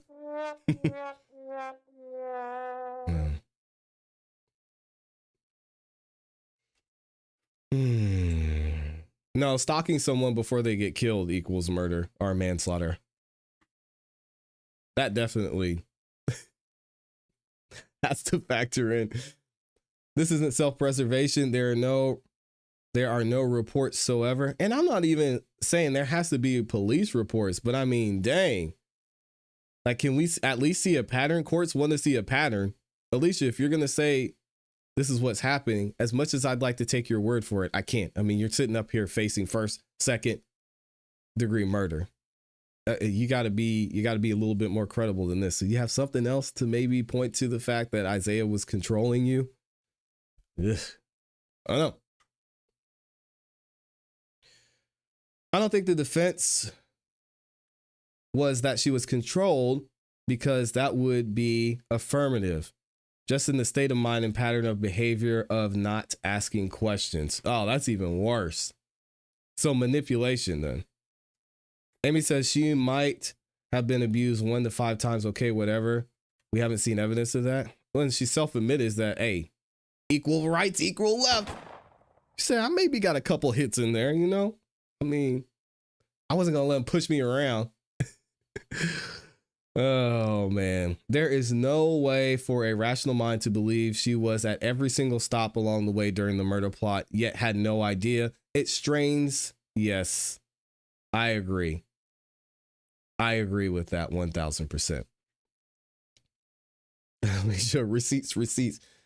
No, she didn't need receipts, but I mean, I don't know. You can't just, y'all know, y'all have friends. How many people have gotten out of an abusive relationship, right? A manipulative relationship, a narcissistic relationship. Come on, man. But as I said before, I think she was going to call some witness to testify to that. And I don't know why the judge would not allow it. Interesting. She kept saying she had to get up there and testify to that. Alicia should have sat her down. That would make it easy for a jury to agree. Culpable negligence, manslaughter. Amy says a history of abuse does not automatically mean she acted under duress or coercion in the crime unless the legal elements of duress or coercion are met under Florida law. The judge ruled ahead of the trial that a domestic violence defense, duress because of abuse, would not be allowed in this case. The judge said, man, you don't get that BS out of here. We ain't doing that. Oh, we're changing topics now. Shout out to Tarika Ellis. No, I don't know who that is. Neither a man or a woman has to show physical. Sir, I don't believe she was innocent. I don't know what that word is. Y'all throwing the big words out. We got smart people joining the show now. Shout out to all the smart people. Y'all using all these big words. I don't know what that means. You gotta dumb it down. She doesn't seem like she's easily intimidated, in my opinion. No, she's not scared. I would be shaking on the stand. Even if a person never reported to the law, something should have stated medical, family, or some type of, psychological report of DV, and clearly there was none. You have to be able to show a pattern. You can't just come up and say, I was abused. The courts want to see a pattern.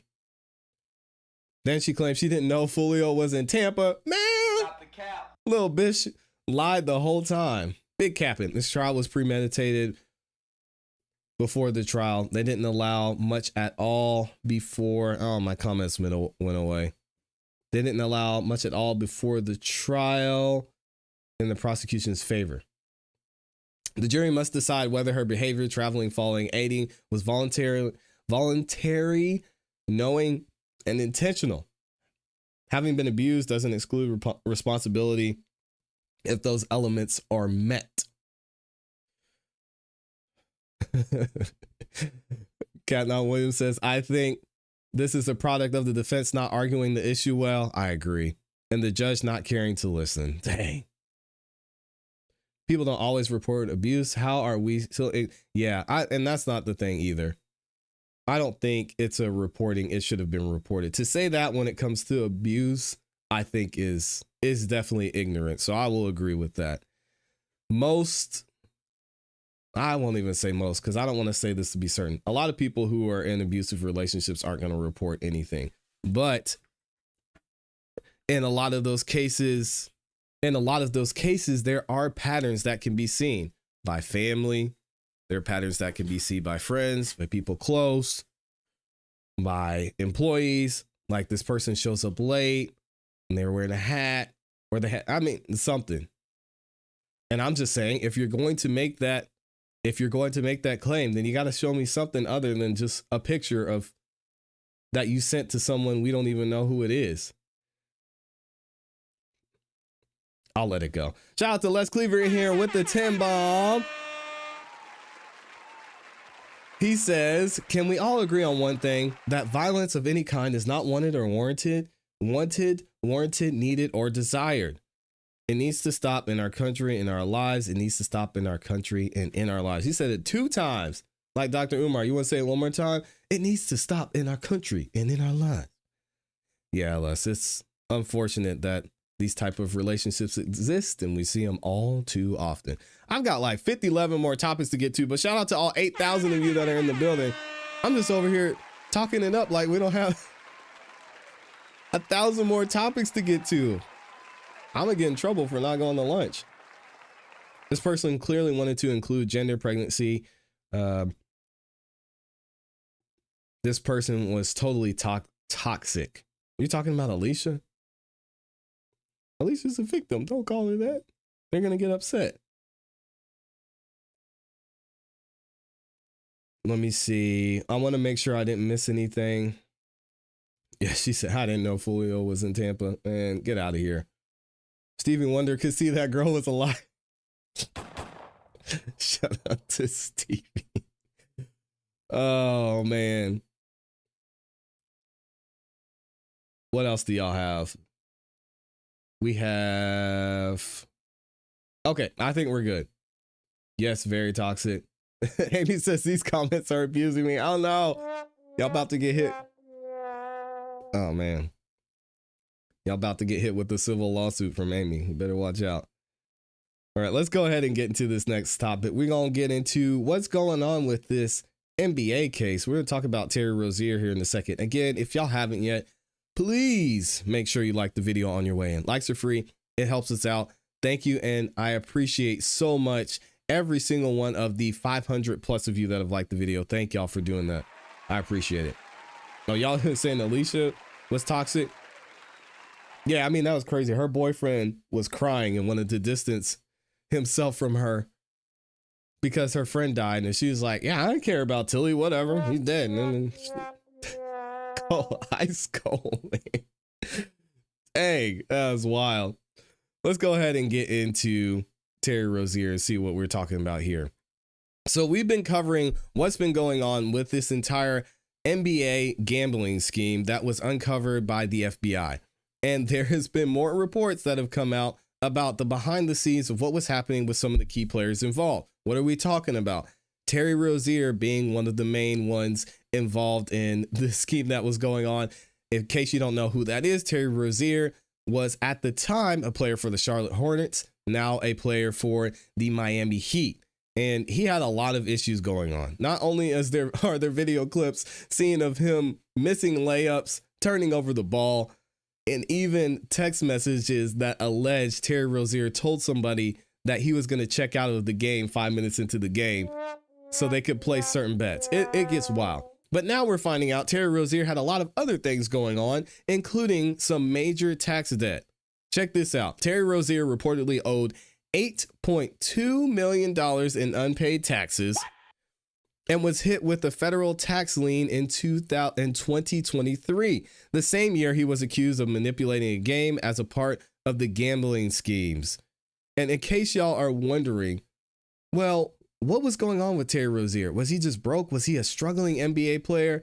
No, he was not. So he got a major deal in 2015. And his salary that year was $1.8 million.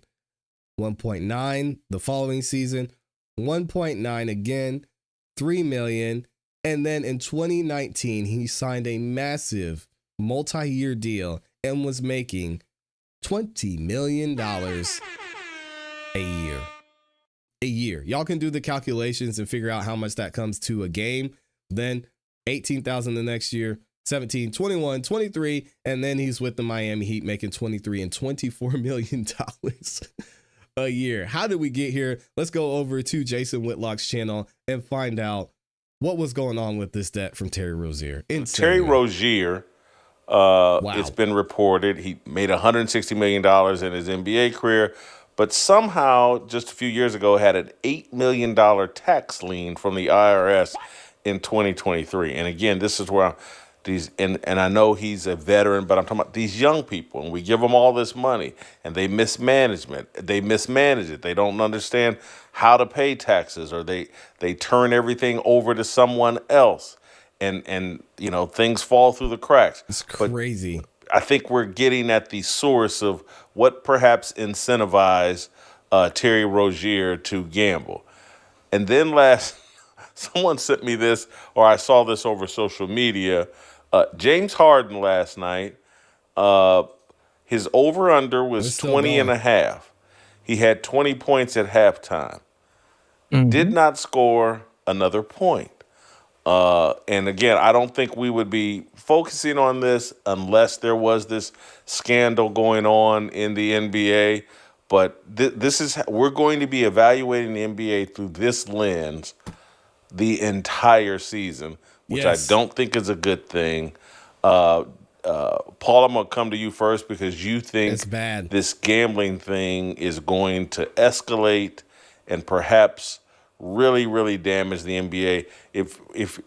Why do you think it's going to escalate, and just how unhealthy is it going to be with all of us evaluating every aspect of the NBA through a gambling lens? Yeah, and y'all keep in mind, we are going to go through the full indictment as it concerns Terry Rozier and see exactly what they're saying his involvement was.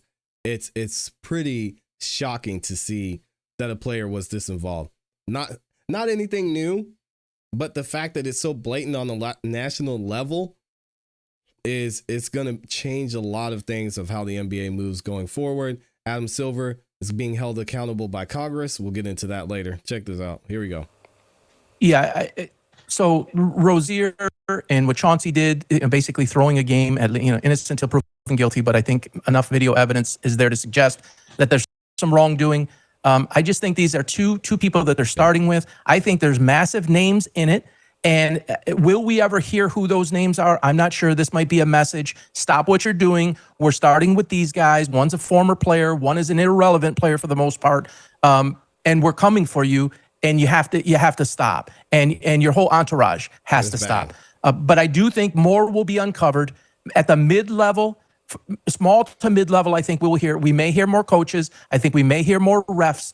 Donahue was on Patrick Bet-David the other day. I haven't had a chance to listen to him. I want to get into that because if anybody knows, he knows. And there's a lot of truth. And even if this didn't happen last week, there's a lot of us that are aware of what happened with James Harden last night.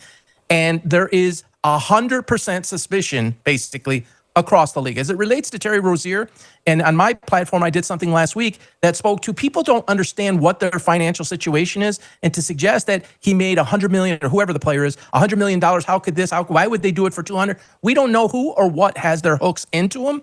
And here's one last final thought. People don't understand, and I've owned many businesses. It's very difficult to run a business and manage all your taxes. You need to have professional people around you. The jock tax is significant.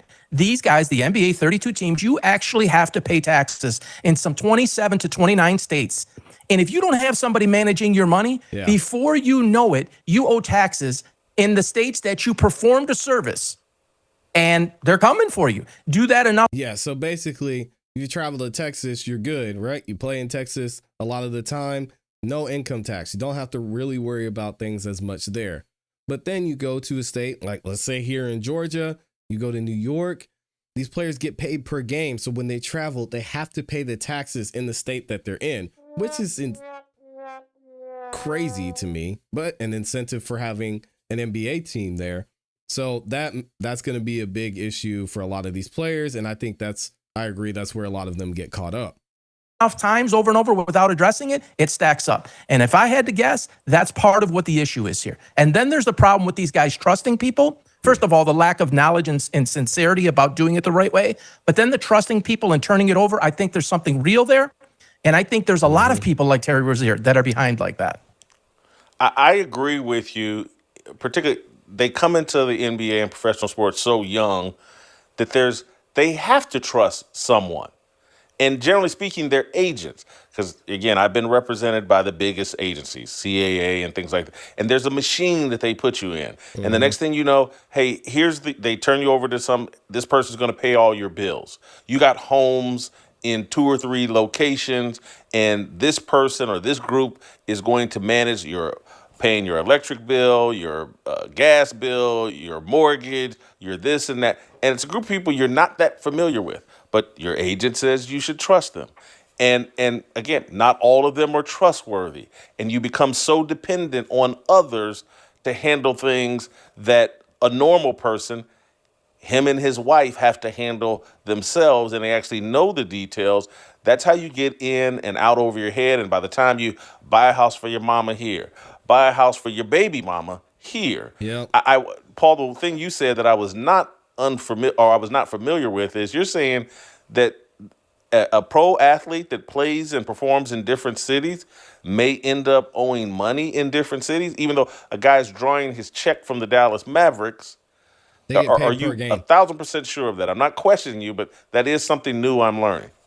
Yep. Yeah, and it is in that way in business too. It's where you perform the service. So I had a business in Michigan and in Florida. What I did in Michigan is not relevant to Florida, and what I do in Florida is not relevant to Michigan. It's where the service was performed, sold, and collected. So they're performing and traveling around. You can look it up on ChatGPT. You can look at it. It's readily available out there from very reliable sources that they have to pay different tax rates in different cities that they perform the service in. And and it sucks because a lot of the players that play and say let's say California, yes, they're getting paid all this money, but the taxes they're paying are out of the you know what. So they're paying all this taxes. Then they got to go and pay taxes in other states. It's a whole mess. And when it comes to Terry Rozier, he might be broke. And this is still going to be such an interesting thing to see how it plays out, because we initially reported and talked about this when the news first came out about him paying a $6 million bond just to be released from jail.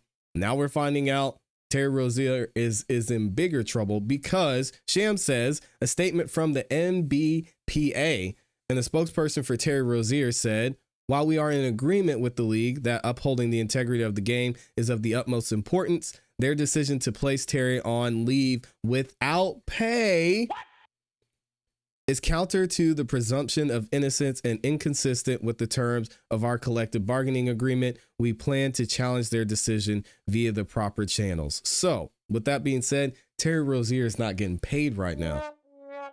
I'm sure he has some money. He has something out there making $20 million a year, but you guys would be surprised at how easily these players can go through money, especially as Jason Whitlock said, they've got all these people they're taking care of. So now that we know Terry Rozier is not going to be paid while he's on leave, let me know what y'all think about this in the comments and in the chat.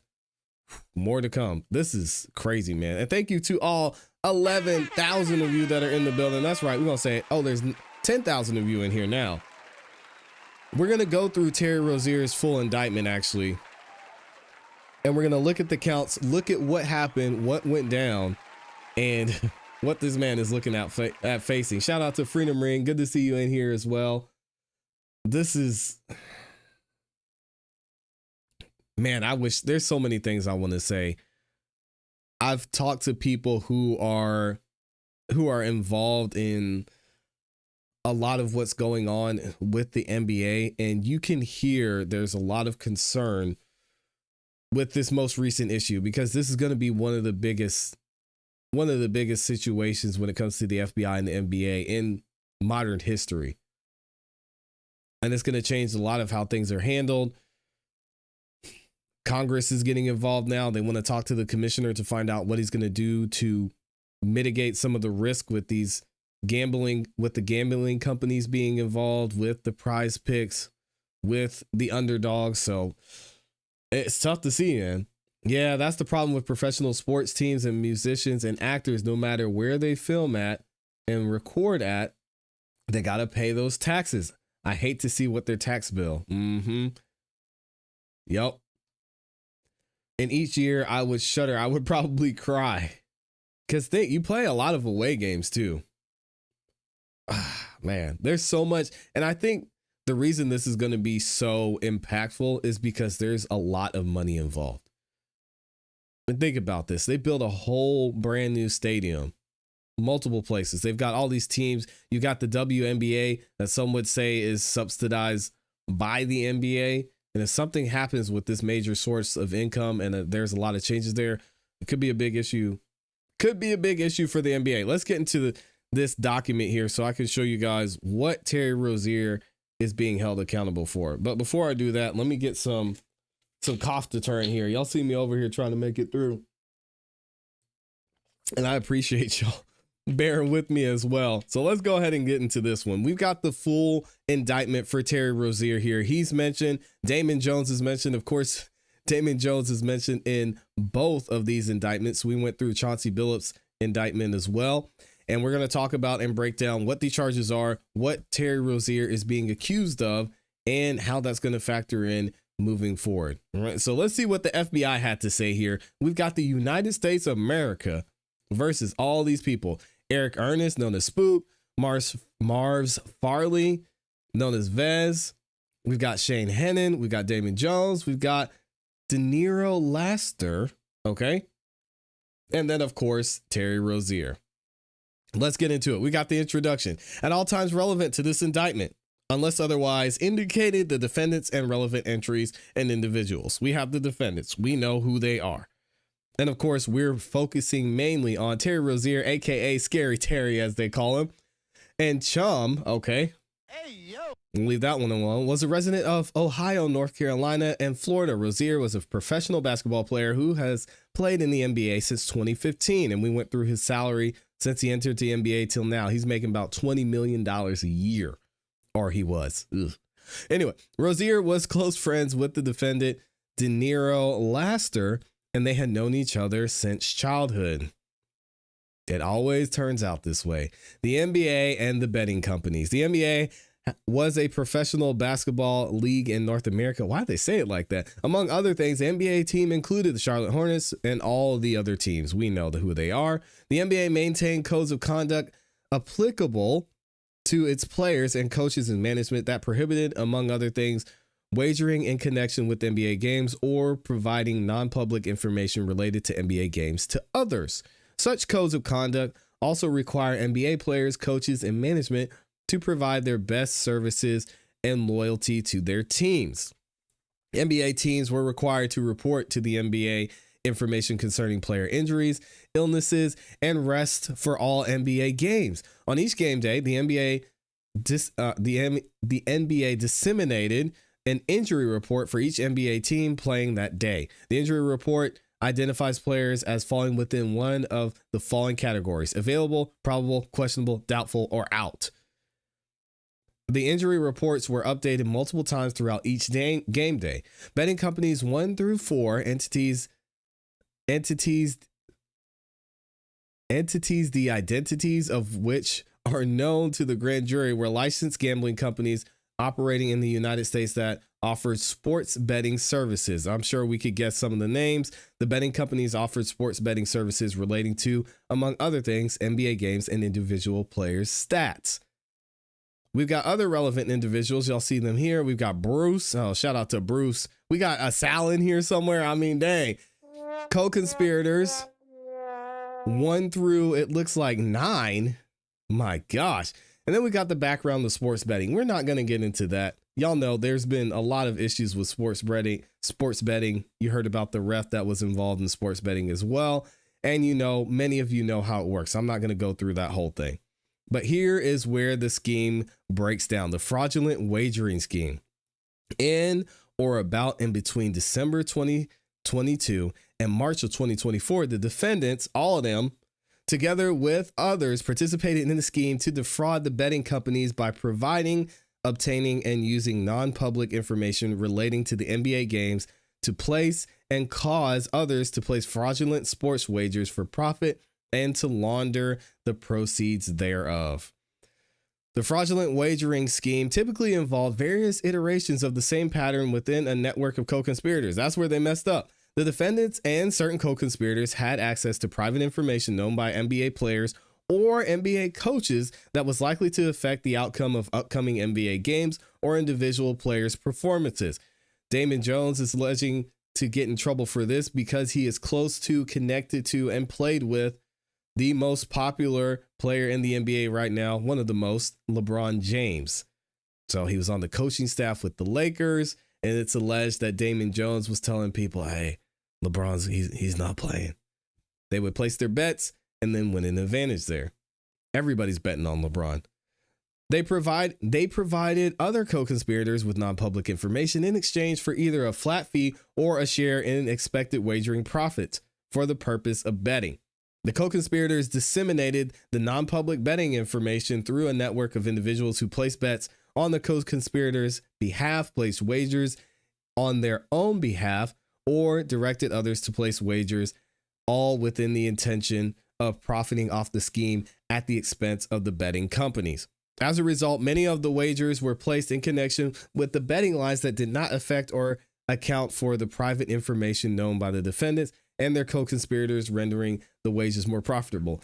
It's even believed that Terry Rozier faked an injury just so somebody could make good on their bet, which is crazy, man. The defendants and their co-conspirators placed and caused others to place these fraudulent wagers through the betting companies' mobile applications and retail sports books. Okay, let's skip ahead because we want to get into the details. What did Scary Terry do? On March 23rd of 2023, the Charlotte Hornets games, and there's video of this, you can see how his play is impacted by what's going on, allegedly, right? During the 2022-2023 NBA season, the defendant Terry Rozier played for the Charlotte Hornets. Prior to the Hornets' March 23rd, 2023 game against the New Orleans Pelicans, the March 23 game is going to be referred to. Rozier informed the defendant, Deniro Laster, that Rozier was going to prematurely remove himself from the game in the first quarter due to a supposed injury and not return to play further. Can't be doing that. Rozier provided this information to Laster for the purpose of enabling Laster to place wagers based on this information. Rozier was not on the Hornets injury report prior to March 23rd game, and the Hornets officials were not aware of Rozier's plan to exit the game prematurely. The public, including the betting companies, was also not aware of Rozier's plan to exit the March 23 game prematurely. And this is where it always goes wrong. People who steal money like this, people who come up with these schemes, they get greedy. They go too far. And we're going to find out here soon exactly what the wager was and how far they were going to go. To think that they weren't going to be able to track this and this wouldn't get flagged is dumb on their part. Excuse me. The defendant, Deniro Laster, sold the information about the defendant, Terry Rozier's plan to leave the March 23 game early to multiple co-conspirators, including the defendant, Mars Fairley, and co-conspirator 1, to enable them to place fraudulent wagers based on the non-public information, insider trading, insider betting, in exchange for the information.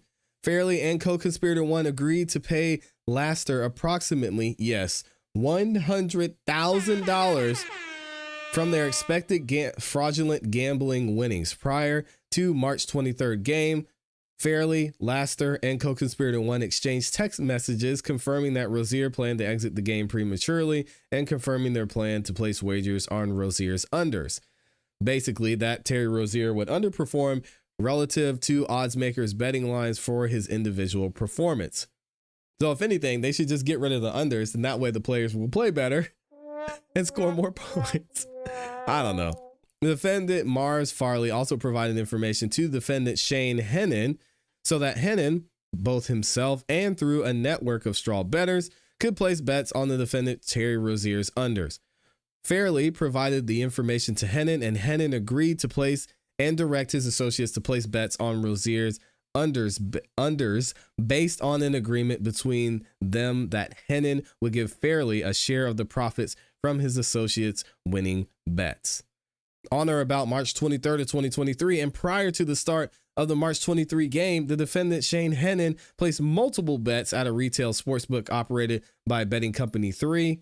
Y'all could probably guess who that is, totaling approximately $61,000.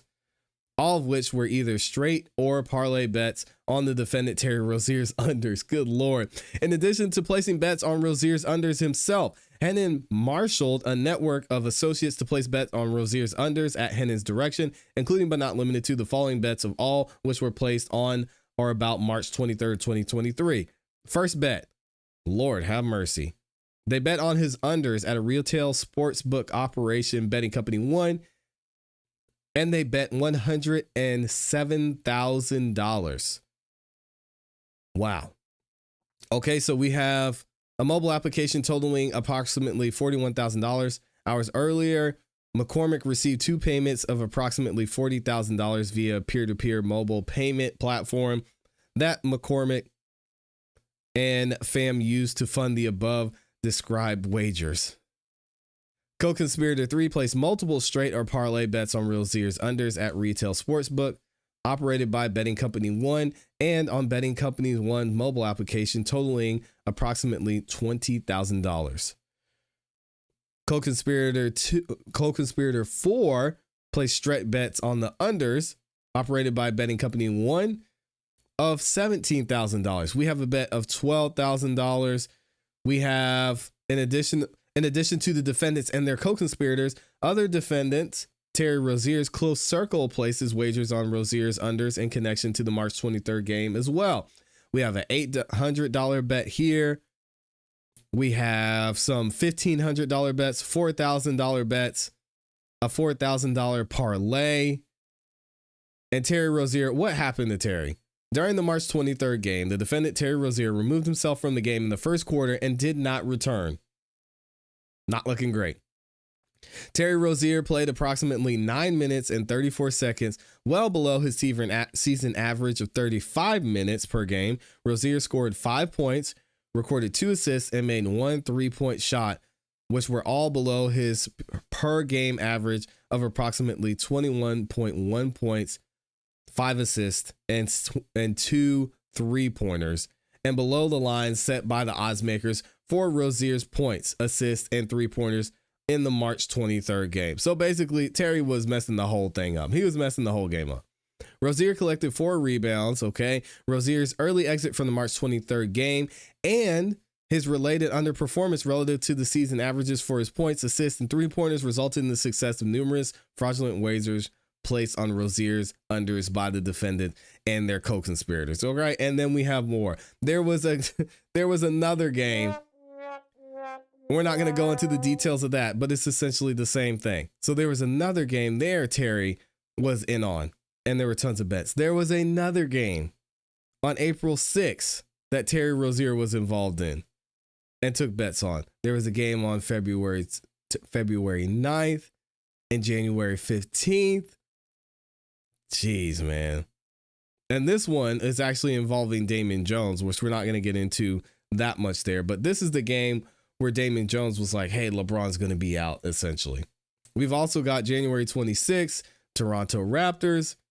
Here are the counts. Let's go ahead and see what these guys are going to be held accountable for. Conspiracy to commit wire fraud. Obviously, right, all these people, what did they do? They together knowingly and intentionally conspire to devise a scheme and to defraud the betting companies. So that's the count 1. Count 2, conspiracy to commit money laundering. What do they do there?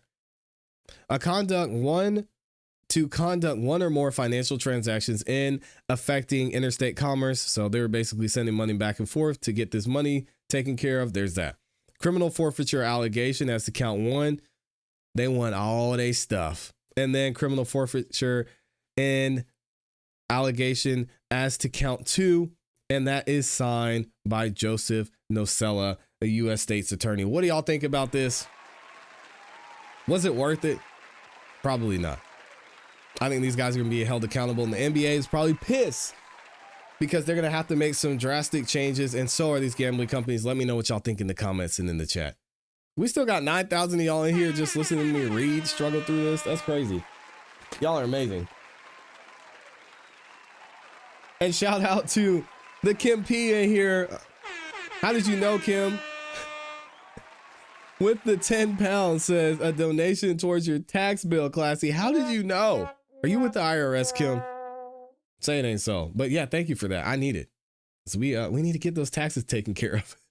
As long as you have organized crime involved in the gambling, it's not going to stop. And so many of the families that were mentioned specifically in the indictment against Chauncey Billup have been involved in this type of crime for years and years and years and years and years.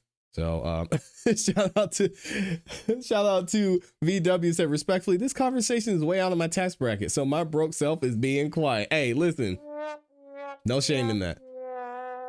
There aren't many people on the entire planet that are making $23 million a year. So I think that's a lot of us.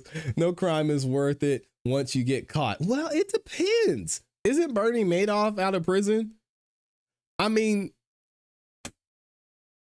it depends on who you ask. I'm pretty sure Bernie Madoff is not in prison anymore.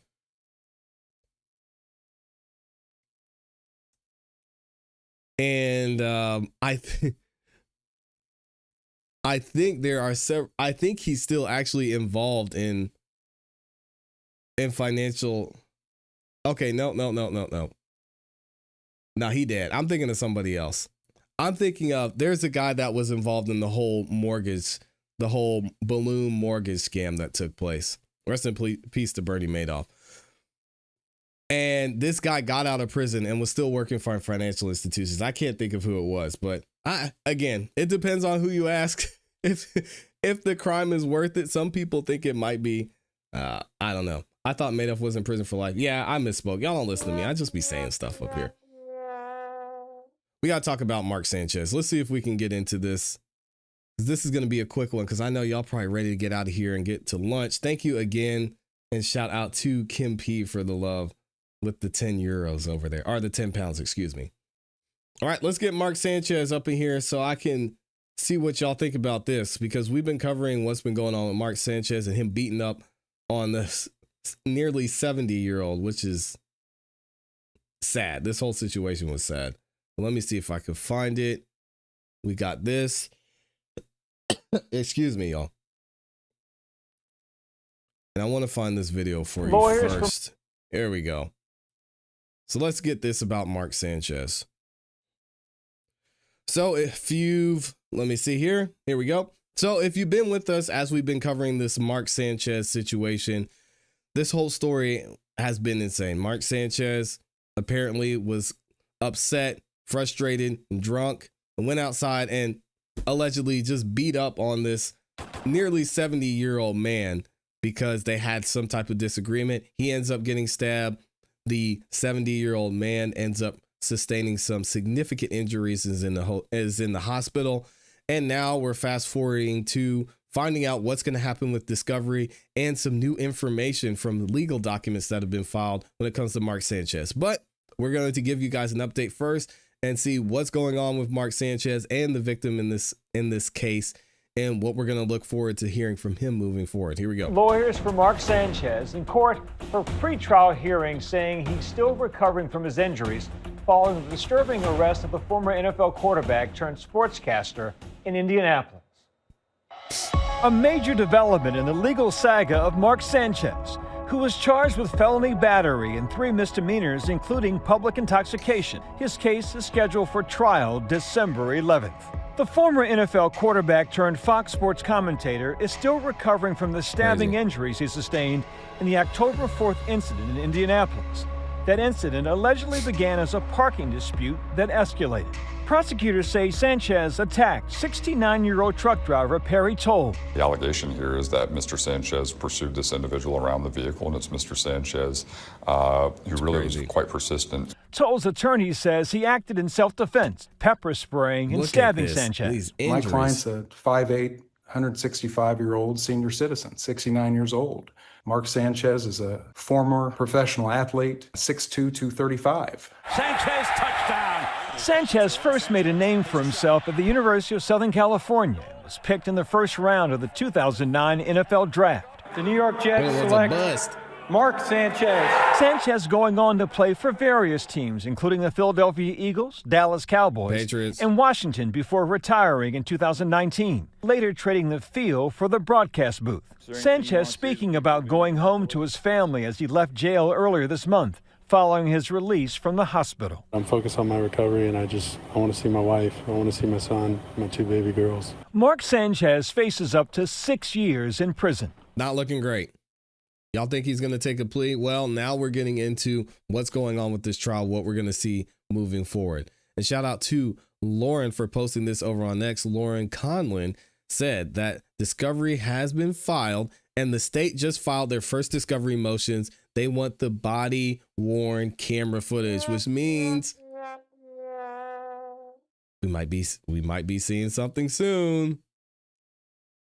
We might be seeing something soon. We'll have to wait and see. Also, she says this: Mark Sanchez is in the civil case because, as we know, PT Perry filed a civil lawsuit against Mark Sanchez. In the civil lawsuit filed by Perry Toll against former NFL quarterback Mark Sanchez and the Fox Corporation, Fox's attorney submitted a motion to extend Fox's deadline to respond to the complaint from October 28th to November 27th. Fox likely needs extra time to prepare a substantial response, perhaps working on motion to dismiss. They need to go ahead and pay this man. Now, is Fox, and should Fox pay Perry Toll? That's going to be up to debate. From a legal standpoint, I'm not going to argue that because I'm not an attorney. But from a realistic standpoint, what liability really does Fox have in this entire situation? They weren't the one punching and throwing this man around in an alleyway, allegedly. So should they have been supervising Mark Sanchez? Did they have guidelines in place to make sure that Mark Sanchez wasn't getting drunk and walking down an alley and beating up 70-year-olds? We don't know. But here's what they say. Notice of automatic enlargement of time. Defendant Fox Corporation by counsel and pursuant to Indiana Rule 6B and Marion County Rule, I'm not going to read all that, respectfully notifies the court of their automatic 30-day enlargement of time to respond to the complaint. Fox's responsive pleading is currently due on October 28th, and they're asking for more time until November 27th. All right, so let's keep it moving and see what we have here. Now we have another filing from the state, and they say prosecutors in the state of Indiana versus Mark Sanchez case filed 2 discovery motions this morning, confirming that the body-worn camera footage, police reports, and digital evidence from the night of the incident have been turned over to the defense. The filing submitted by Daniel, our DP, we'll call him, included the video from at least 20 Indianapolis Metropolitan Police Department offices, multiple dash cam recordings, and the detective's exculpatory memo dated October 4th. The discovery packet also contains photographs, incident reports, and phone or social media data, all subject to local protective order that bars public release without court approval. Hopefully that'll happen. And we've got their entire notice here. We're not going to read through all of it, but I did want to go through a couple of things here. Here's all the officers who we have body-worn camera footage from. We got Officer Evan Mayer. There's 1, 2, 3, 4, 5, 6, 7, 8, 9, 10. Looks to be about 20 plus. 11, 12, 13, 14, 15, 16, 17, 18, 19, 20. We've got dash cam footage. All of this is going to be shown. And what else do they say? The state of Indiana hereby notifies the court that it has complied with the rules of discovery in this case as follows. Any law enforcement recordings received by law enforcement from laptop, cellular phones, or electronic communication devices, whether from a provider or from search by law enforcement, recordings received by law enforcement from provider or social media applications and or peer-to-peer payment applications, all that's included. Any recordings and recordings discovered herein must remain in the possession of the defense counsel and may not be given to anyone outside the defense counsel staff except experts hired for consultation of the specific case. Can we leak some of it, please? I mean, I don't know. It's not like this case is that serious, and I think it's pretty clear what's going to happen moving forward, unless Perry is just straight up lying. But I mean, we want to see what went down. No one may duplicate, distribute, transmit, or broadcast these records without express written court authorization. Defendants may review in the presence of counsel or counsel staff. Any court filings containing these records must be designated as not for public access. And there's a lot of it. What all do we have? We have the affidavit. We got the incident report, which you should be able to look up here, but according to them, we won't be able to get a copy of that. Indiana criminal crossmac Mark Sanchez. They've got all this information, personal details of Mark Sanchez. I wonder if they ever got a statement from Mark Sanchez. Photographs are available to the Marion County Public Defender's Agency through the photo application. So they've got some photos here too. And if they got a statement from Mark Sanchez, that'll be interesting to see too. But knowing this entire situation, I'm sure he got a phone call very shortly from Fox or from his attorney that said, man, listen, don't say anything. And the fact that they have his phone is going to be interesting too. So let me know what y'all think about this in the comments in the chat. How's this case going to turn out with Mark Sanchez? Is he in trouble? It's not looking great. Oh, you said I was muted? I was not muted. Y'all trying to trick me, man. I'm thinking because he is employed by Fox, somewhere in his contract, they agreed to cover legal fees for whatever reason. As long as he's an employee, they may turn around and settle just to be done. If that's the case, then they should settle. I don't see them being responsible for Mark Sanchez while he was in a bar drinking. But the problem there is he was traveling for work, so he didn't live in Indiana. So if Fox flew him out there, is he considered on the clock or on company time while he's there? If that's the case, then I could potentially see them being held liable for part of this. I mean, did they put him in a hotel? I mean, which hotel doesn't have a bar? A lot of these hotels have bars, so that's gonna be That's going to be a tough one. All right, we got one more thing to get into, and then I'm going to set y'all free. Thank you again to the 8,000 the 8,000 of you that are in here hanging out, holding it down. I appreciate y'all. We're not done with the NBA because we got more updates when it comes to this Chauncey Billups situation. Let me go and rewind back here. Oh, yeah, he's in trouble. Yeah, that's clear to see. I'm surprised he hasn't been let go by now. You saw the pictures of Perry. I mean, this guy's bloody, beat up. Not a great look at all. Not a great look at all. So let's go ahead and get into what's going on with Chauncey Billups and some somewhat breaking news, some news updates about Chauncey Billups' involvement in this entire poker game scheme. There's actually been several players that have been mentioned, Kevin Garnett being one of them, that may have been involved and a part of these poker games as well. I think Jimmy Butler was mentioned in there too. And we're going to hear about that here shortly from TMZ Sports. Y'all check this out. We're going to get some updates on what's going on with the NBA and the FBI's investigation into this entire gambling scheme. The biggest betting scandals, gambling scandals in American sports history continues. And if you thought things were bad for Chauncey Billups yesterday, of course, Chauncey Billups, the Hall of Fame basketball player who is now, at least now, check back here soon because I've got a feeling he may not be the Portland Trailblazers head coach for long, but things have seemingly gotten worse for the former NBA star. Now, it's not necessarily worse from the standpoint of he's facing more charges. He is facing charges, and he's facing potentially decades in prison, something like 40 years if ultimately convicted. Dang. Do I think he's going to do that? No. But I think now there is a connection to Chauncey Billups, Edward, and the rigging investigation, right? Because this is two different investigations here. We've got the poker, which we know he has been charged in connection with. They say that he was there to legitimize the games.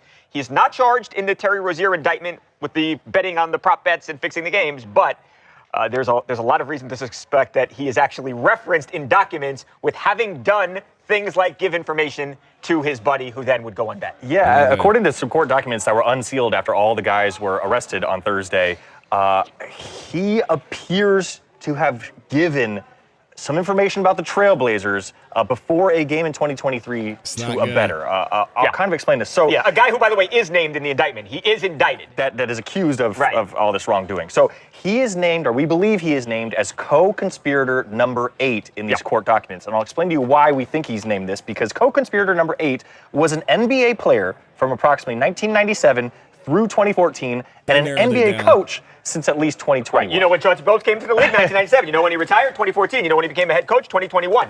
And that's important because later in the indictment, according to prosecutors, that on March 24th, 2023, hours prior to the Trailblazers versus Bulls game, co-conspirator number 8, remember, who is a coach, told a defendant that the Trailblazers were going to be tanking, intentionally losing, in other words, intentionally losing, to increase their odds of getting a better draft pick. Co-conspirator number 8 told the defendant, before news was publicly announced, that the Trailblazers were sitting some of their best players, including player number 1, and if you do the math, which we've already done, we believe to be Damian Lillard. And then the defendant in the case allegedly took that to another bettor, and they bet the game, thinking that the Trailblazers were going to lose. And of course, the Trailblazers lost. So that's... It's a lot of evidence. Yeah, he is not... And again, they don't list Chauncey Billups like Ed said, but there could be a whole bunch of reasons why they don't do that. One, they might not feel like they've got enough evidence to get a conviction ultimately in court. Chauncey Billups could be cooperating. I mean, we don't know. That's the reality. And again, they do not name Chauncey Billups, but it's very clear. If you look at the things they've said, it can be one person, and that person is Chauncey Billups. Now, I actually think, Ed, that this could be more consequential for him because, look, as I referenced at the top of the show, I don't think that Chauncey Billups is likely to coach again in the NBA, especially if he is convicted. But I don't think the guy's going to do decades and decades and decades in prison. But if he is linked to potentially giving insider info to somebody who then went and bet on NBA games, it's a matter of whether or not this guy ever steps foot in an NBA stadium again. Forget being on the bench. Like I said, I don't think that's going to happen, but I mean it. No. I look at Pete Rose. Pete Rose, and he placed the bets, but he was banned forever. And I could see that happening to someone like Terry Rozier and like Chauncey Billups if they ultimately are found to have done these things. So, Mojo, I think, again, to say this could potentially Not be looking worse. great. Worse news than actually yesterday was, despite the fact that in that case, Chauncey Billups facing criminal charges. This is a really, really horrible look for a guy who was an NBA head coach giving alleged inside information to a buddy of his who then bet. Bad, bad, bad. Yeah, I don't even know where to start here. I don't think I've known where to start here since I've heard all of this news. It's a lot. Just, my goodness, there's so much to break down here. Yeah. I mean, I agree with you. I don't think this dude's ever going to coach again. Now you're looking at how much you might have to pay in fines and penalties, and you're cross-referencing that with potential jail time. And that seems to be the bigger issue than your career being over. I mean, this dude was involved with the NBA a very, very, very, very long time. Hopefully he made enough where he doesn't have to worry about going back. Not being able to go back in an NBA stadium. Gotta worry about I going don't to know jail. if that one really hurts him that much. For reference, I had my last match with WWE in 2020. I haven't been to a WWE show since then. Wow. Not that I don't want to or support them or anything like that. I watched from home all the time. It's just, I did that for 10 years as the wrestler. I'm not going to go back and watch as a fan. So I don't think that's really, something that's going to hurt him. These other things will. As for giving the information to the bettor, that's where I want to know what's exactly going on. I mean, I think that's crazy that he's wearing Clutch Sports, by the way. This is LeBron James and we'll say Maverick Carter's sports agency. And they were mentioned and involved in some of this too. That's crazy that Chauncey Billups is advertising on his way out of jail. Hey, got to take every opportunity, I guess. talking and telling someone that you're going to be tanking games for draft picks, yeah, that is going to be an issue, right? I mean, that is direct money involved. You hear that, you bet the other team, and you just clean up for the rest of the season. It also might cause some major issues in the NBA if there's proof and evidence that he's going out there saying that he's, actively trying to, cost games and things to that. That's a problem. I mean, look, we all know that teams do this. Nobody ever comes out and says this. If you have a bad team, why the hell would you try to win a game at the end of the year if you can get the top draft pick? But that's how sports are supposed to be presented. If that info is other things as well, like, hey, is this player going to play? Maybe there's something to that. There's definitely something to that. But otherwise, I mean, when I was playing ball, people would ask me all the time, hey, how you feeling? I would say, I'm feeling great. Or, oh, I'm a little dinged up, but I'm all right. I'm going to make it through. How's your team feeling? Is everyone up for it? You're always going to get those questions. I don't think those are as severe. Of course, those could be cited in this until we have all of the details. But I would say telling somebody that you're going to tank games, that is a big, big problem. Yeah, and we even saw in this indictment, too, how Chauncey Billups was involved. I mean, he had to know. He had to know what was going on. It doesn't say specifically if Chauncey was the one wearing the shades or if he was the one that was clicking on and off the x-ray table, but it's clear to see his involvement here. And now if we're adding some more Terry Rozier like charges to this indictment or evidence to this indictment, this is going to be a big issue moving forward. Does it affect his legacy as a player? Does it affect his legacy as a coach? Maybe. I'll just be more interested to see how this changes things moving forward with the NBA, because this is something that isn't going to be ignored. We talked about Adam Silver. Adam Silver is going to be addressing Congress. He's going to be addressing the Senate in what he is doing specifically with this gambling issue. A lot of the gambling companies are going to be involved in this. So this whole entire scheme is having a major effect on the NBA. I honestly wouldn't be surprised if they didn't want him back in there. They don't want Terry Rozier back in there. Damon Jones for sure. I mean, they'll throw him away in a heartbeat. But let me know what y'all think about this in the comments in the chat. Some wild stuff, man. Wild, wild, wild. Thank you again to everybody that's in here. Y'all are so amazing, man. We got over 7,000 of you still in the building showing major love. I want to give a big shout out to everybody who liked the video, everyone who shared the video, and those of you who went the extra mile and dropped the super chats. Shout out to Les Cleaver, Mayflowers. We had Kitty Cat in there, Cat Not Williams as well, Slim Life, the Kim P, and then of course my awesome, amazing Amy. I appreciate y'all kicking it with us on the Saturday. We might do a couple of these more often, so let me know what y'all think about the Saturday streams. Hope y'all have a great rest of your day. Like the video on your way out. If you haven't yet, subscribe, hit the notification bell so you don't miss any time that we go live or drop a new video. Y'all know what to do. Have a great day. Keep growing, keep pushing, keep it classy. We gone. Peace. Y'all are amazing.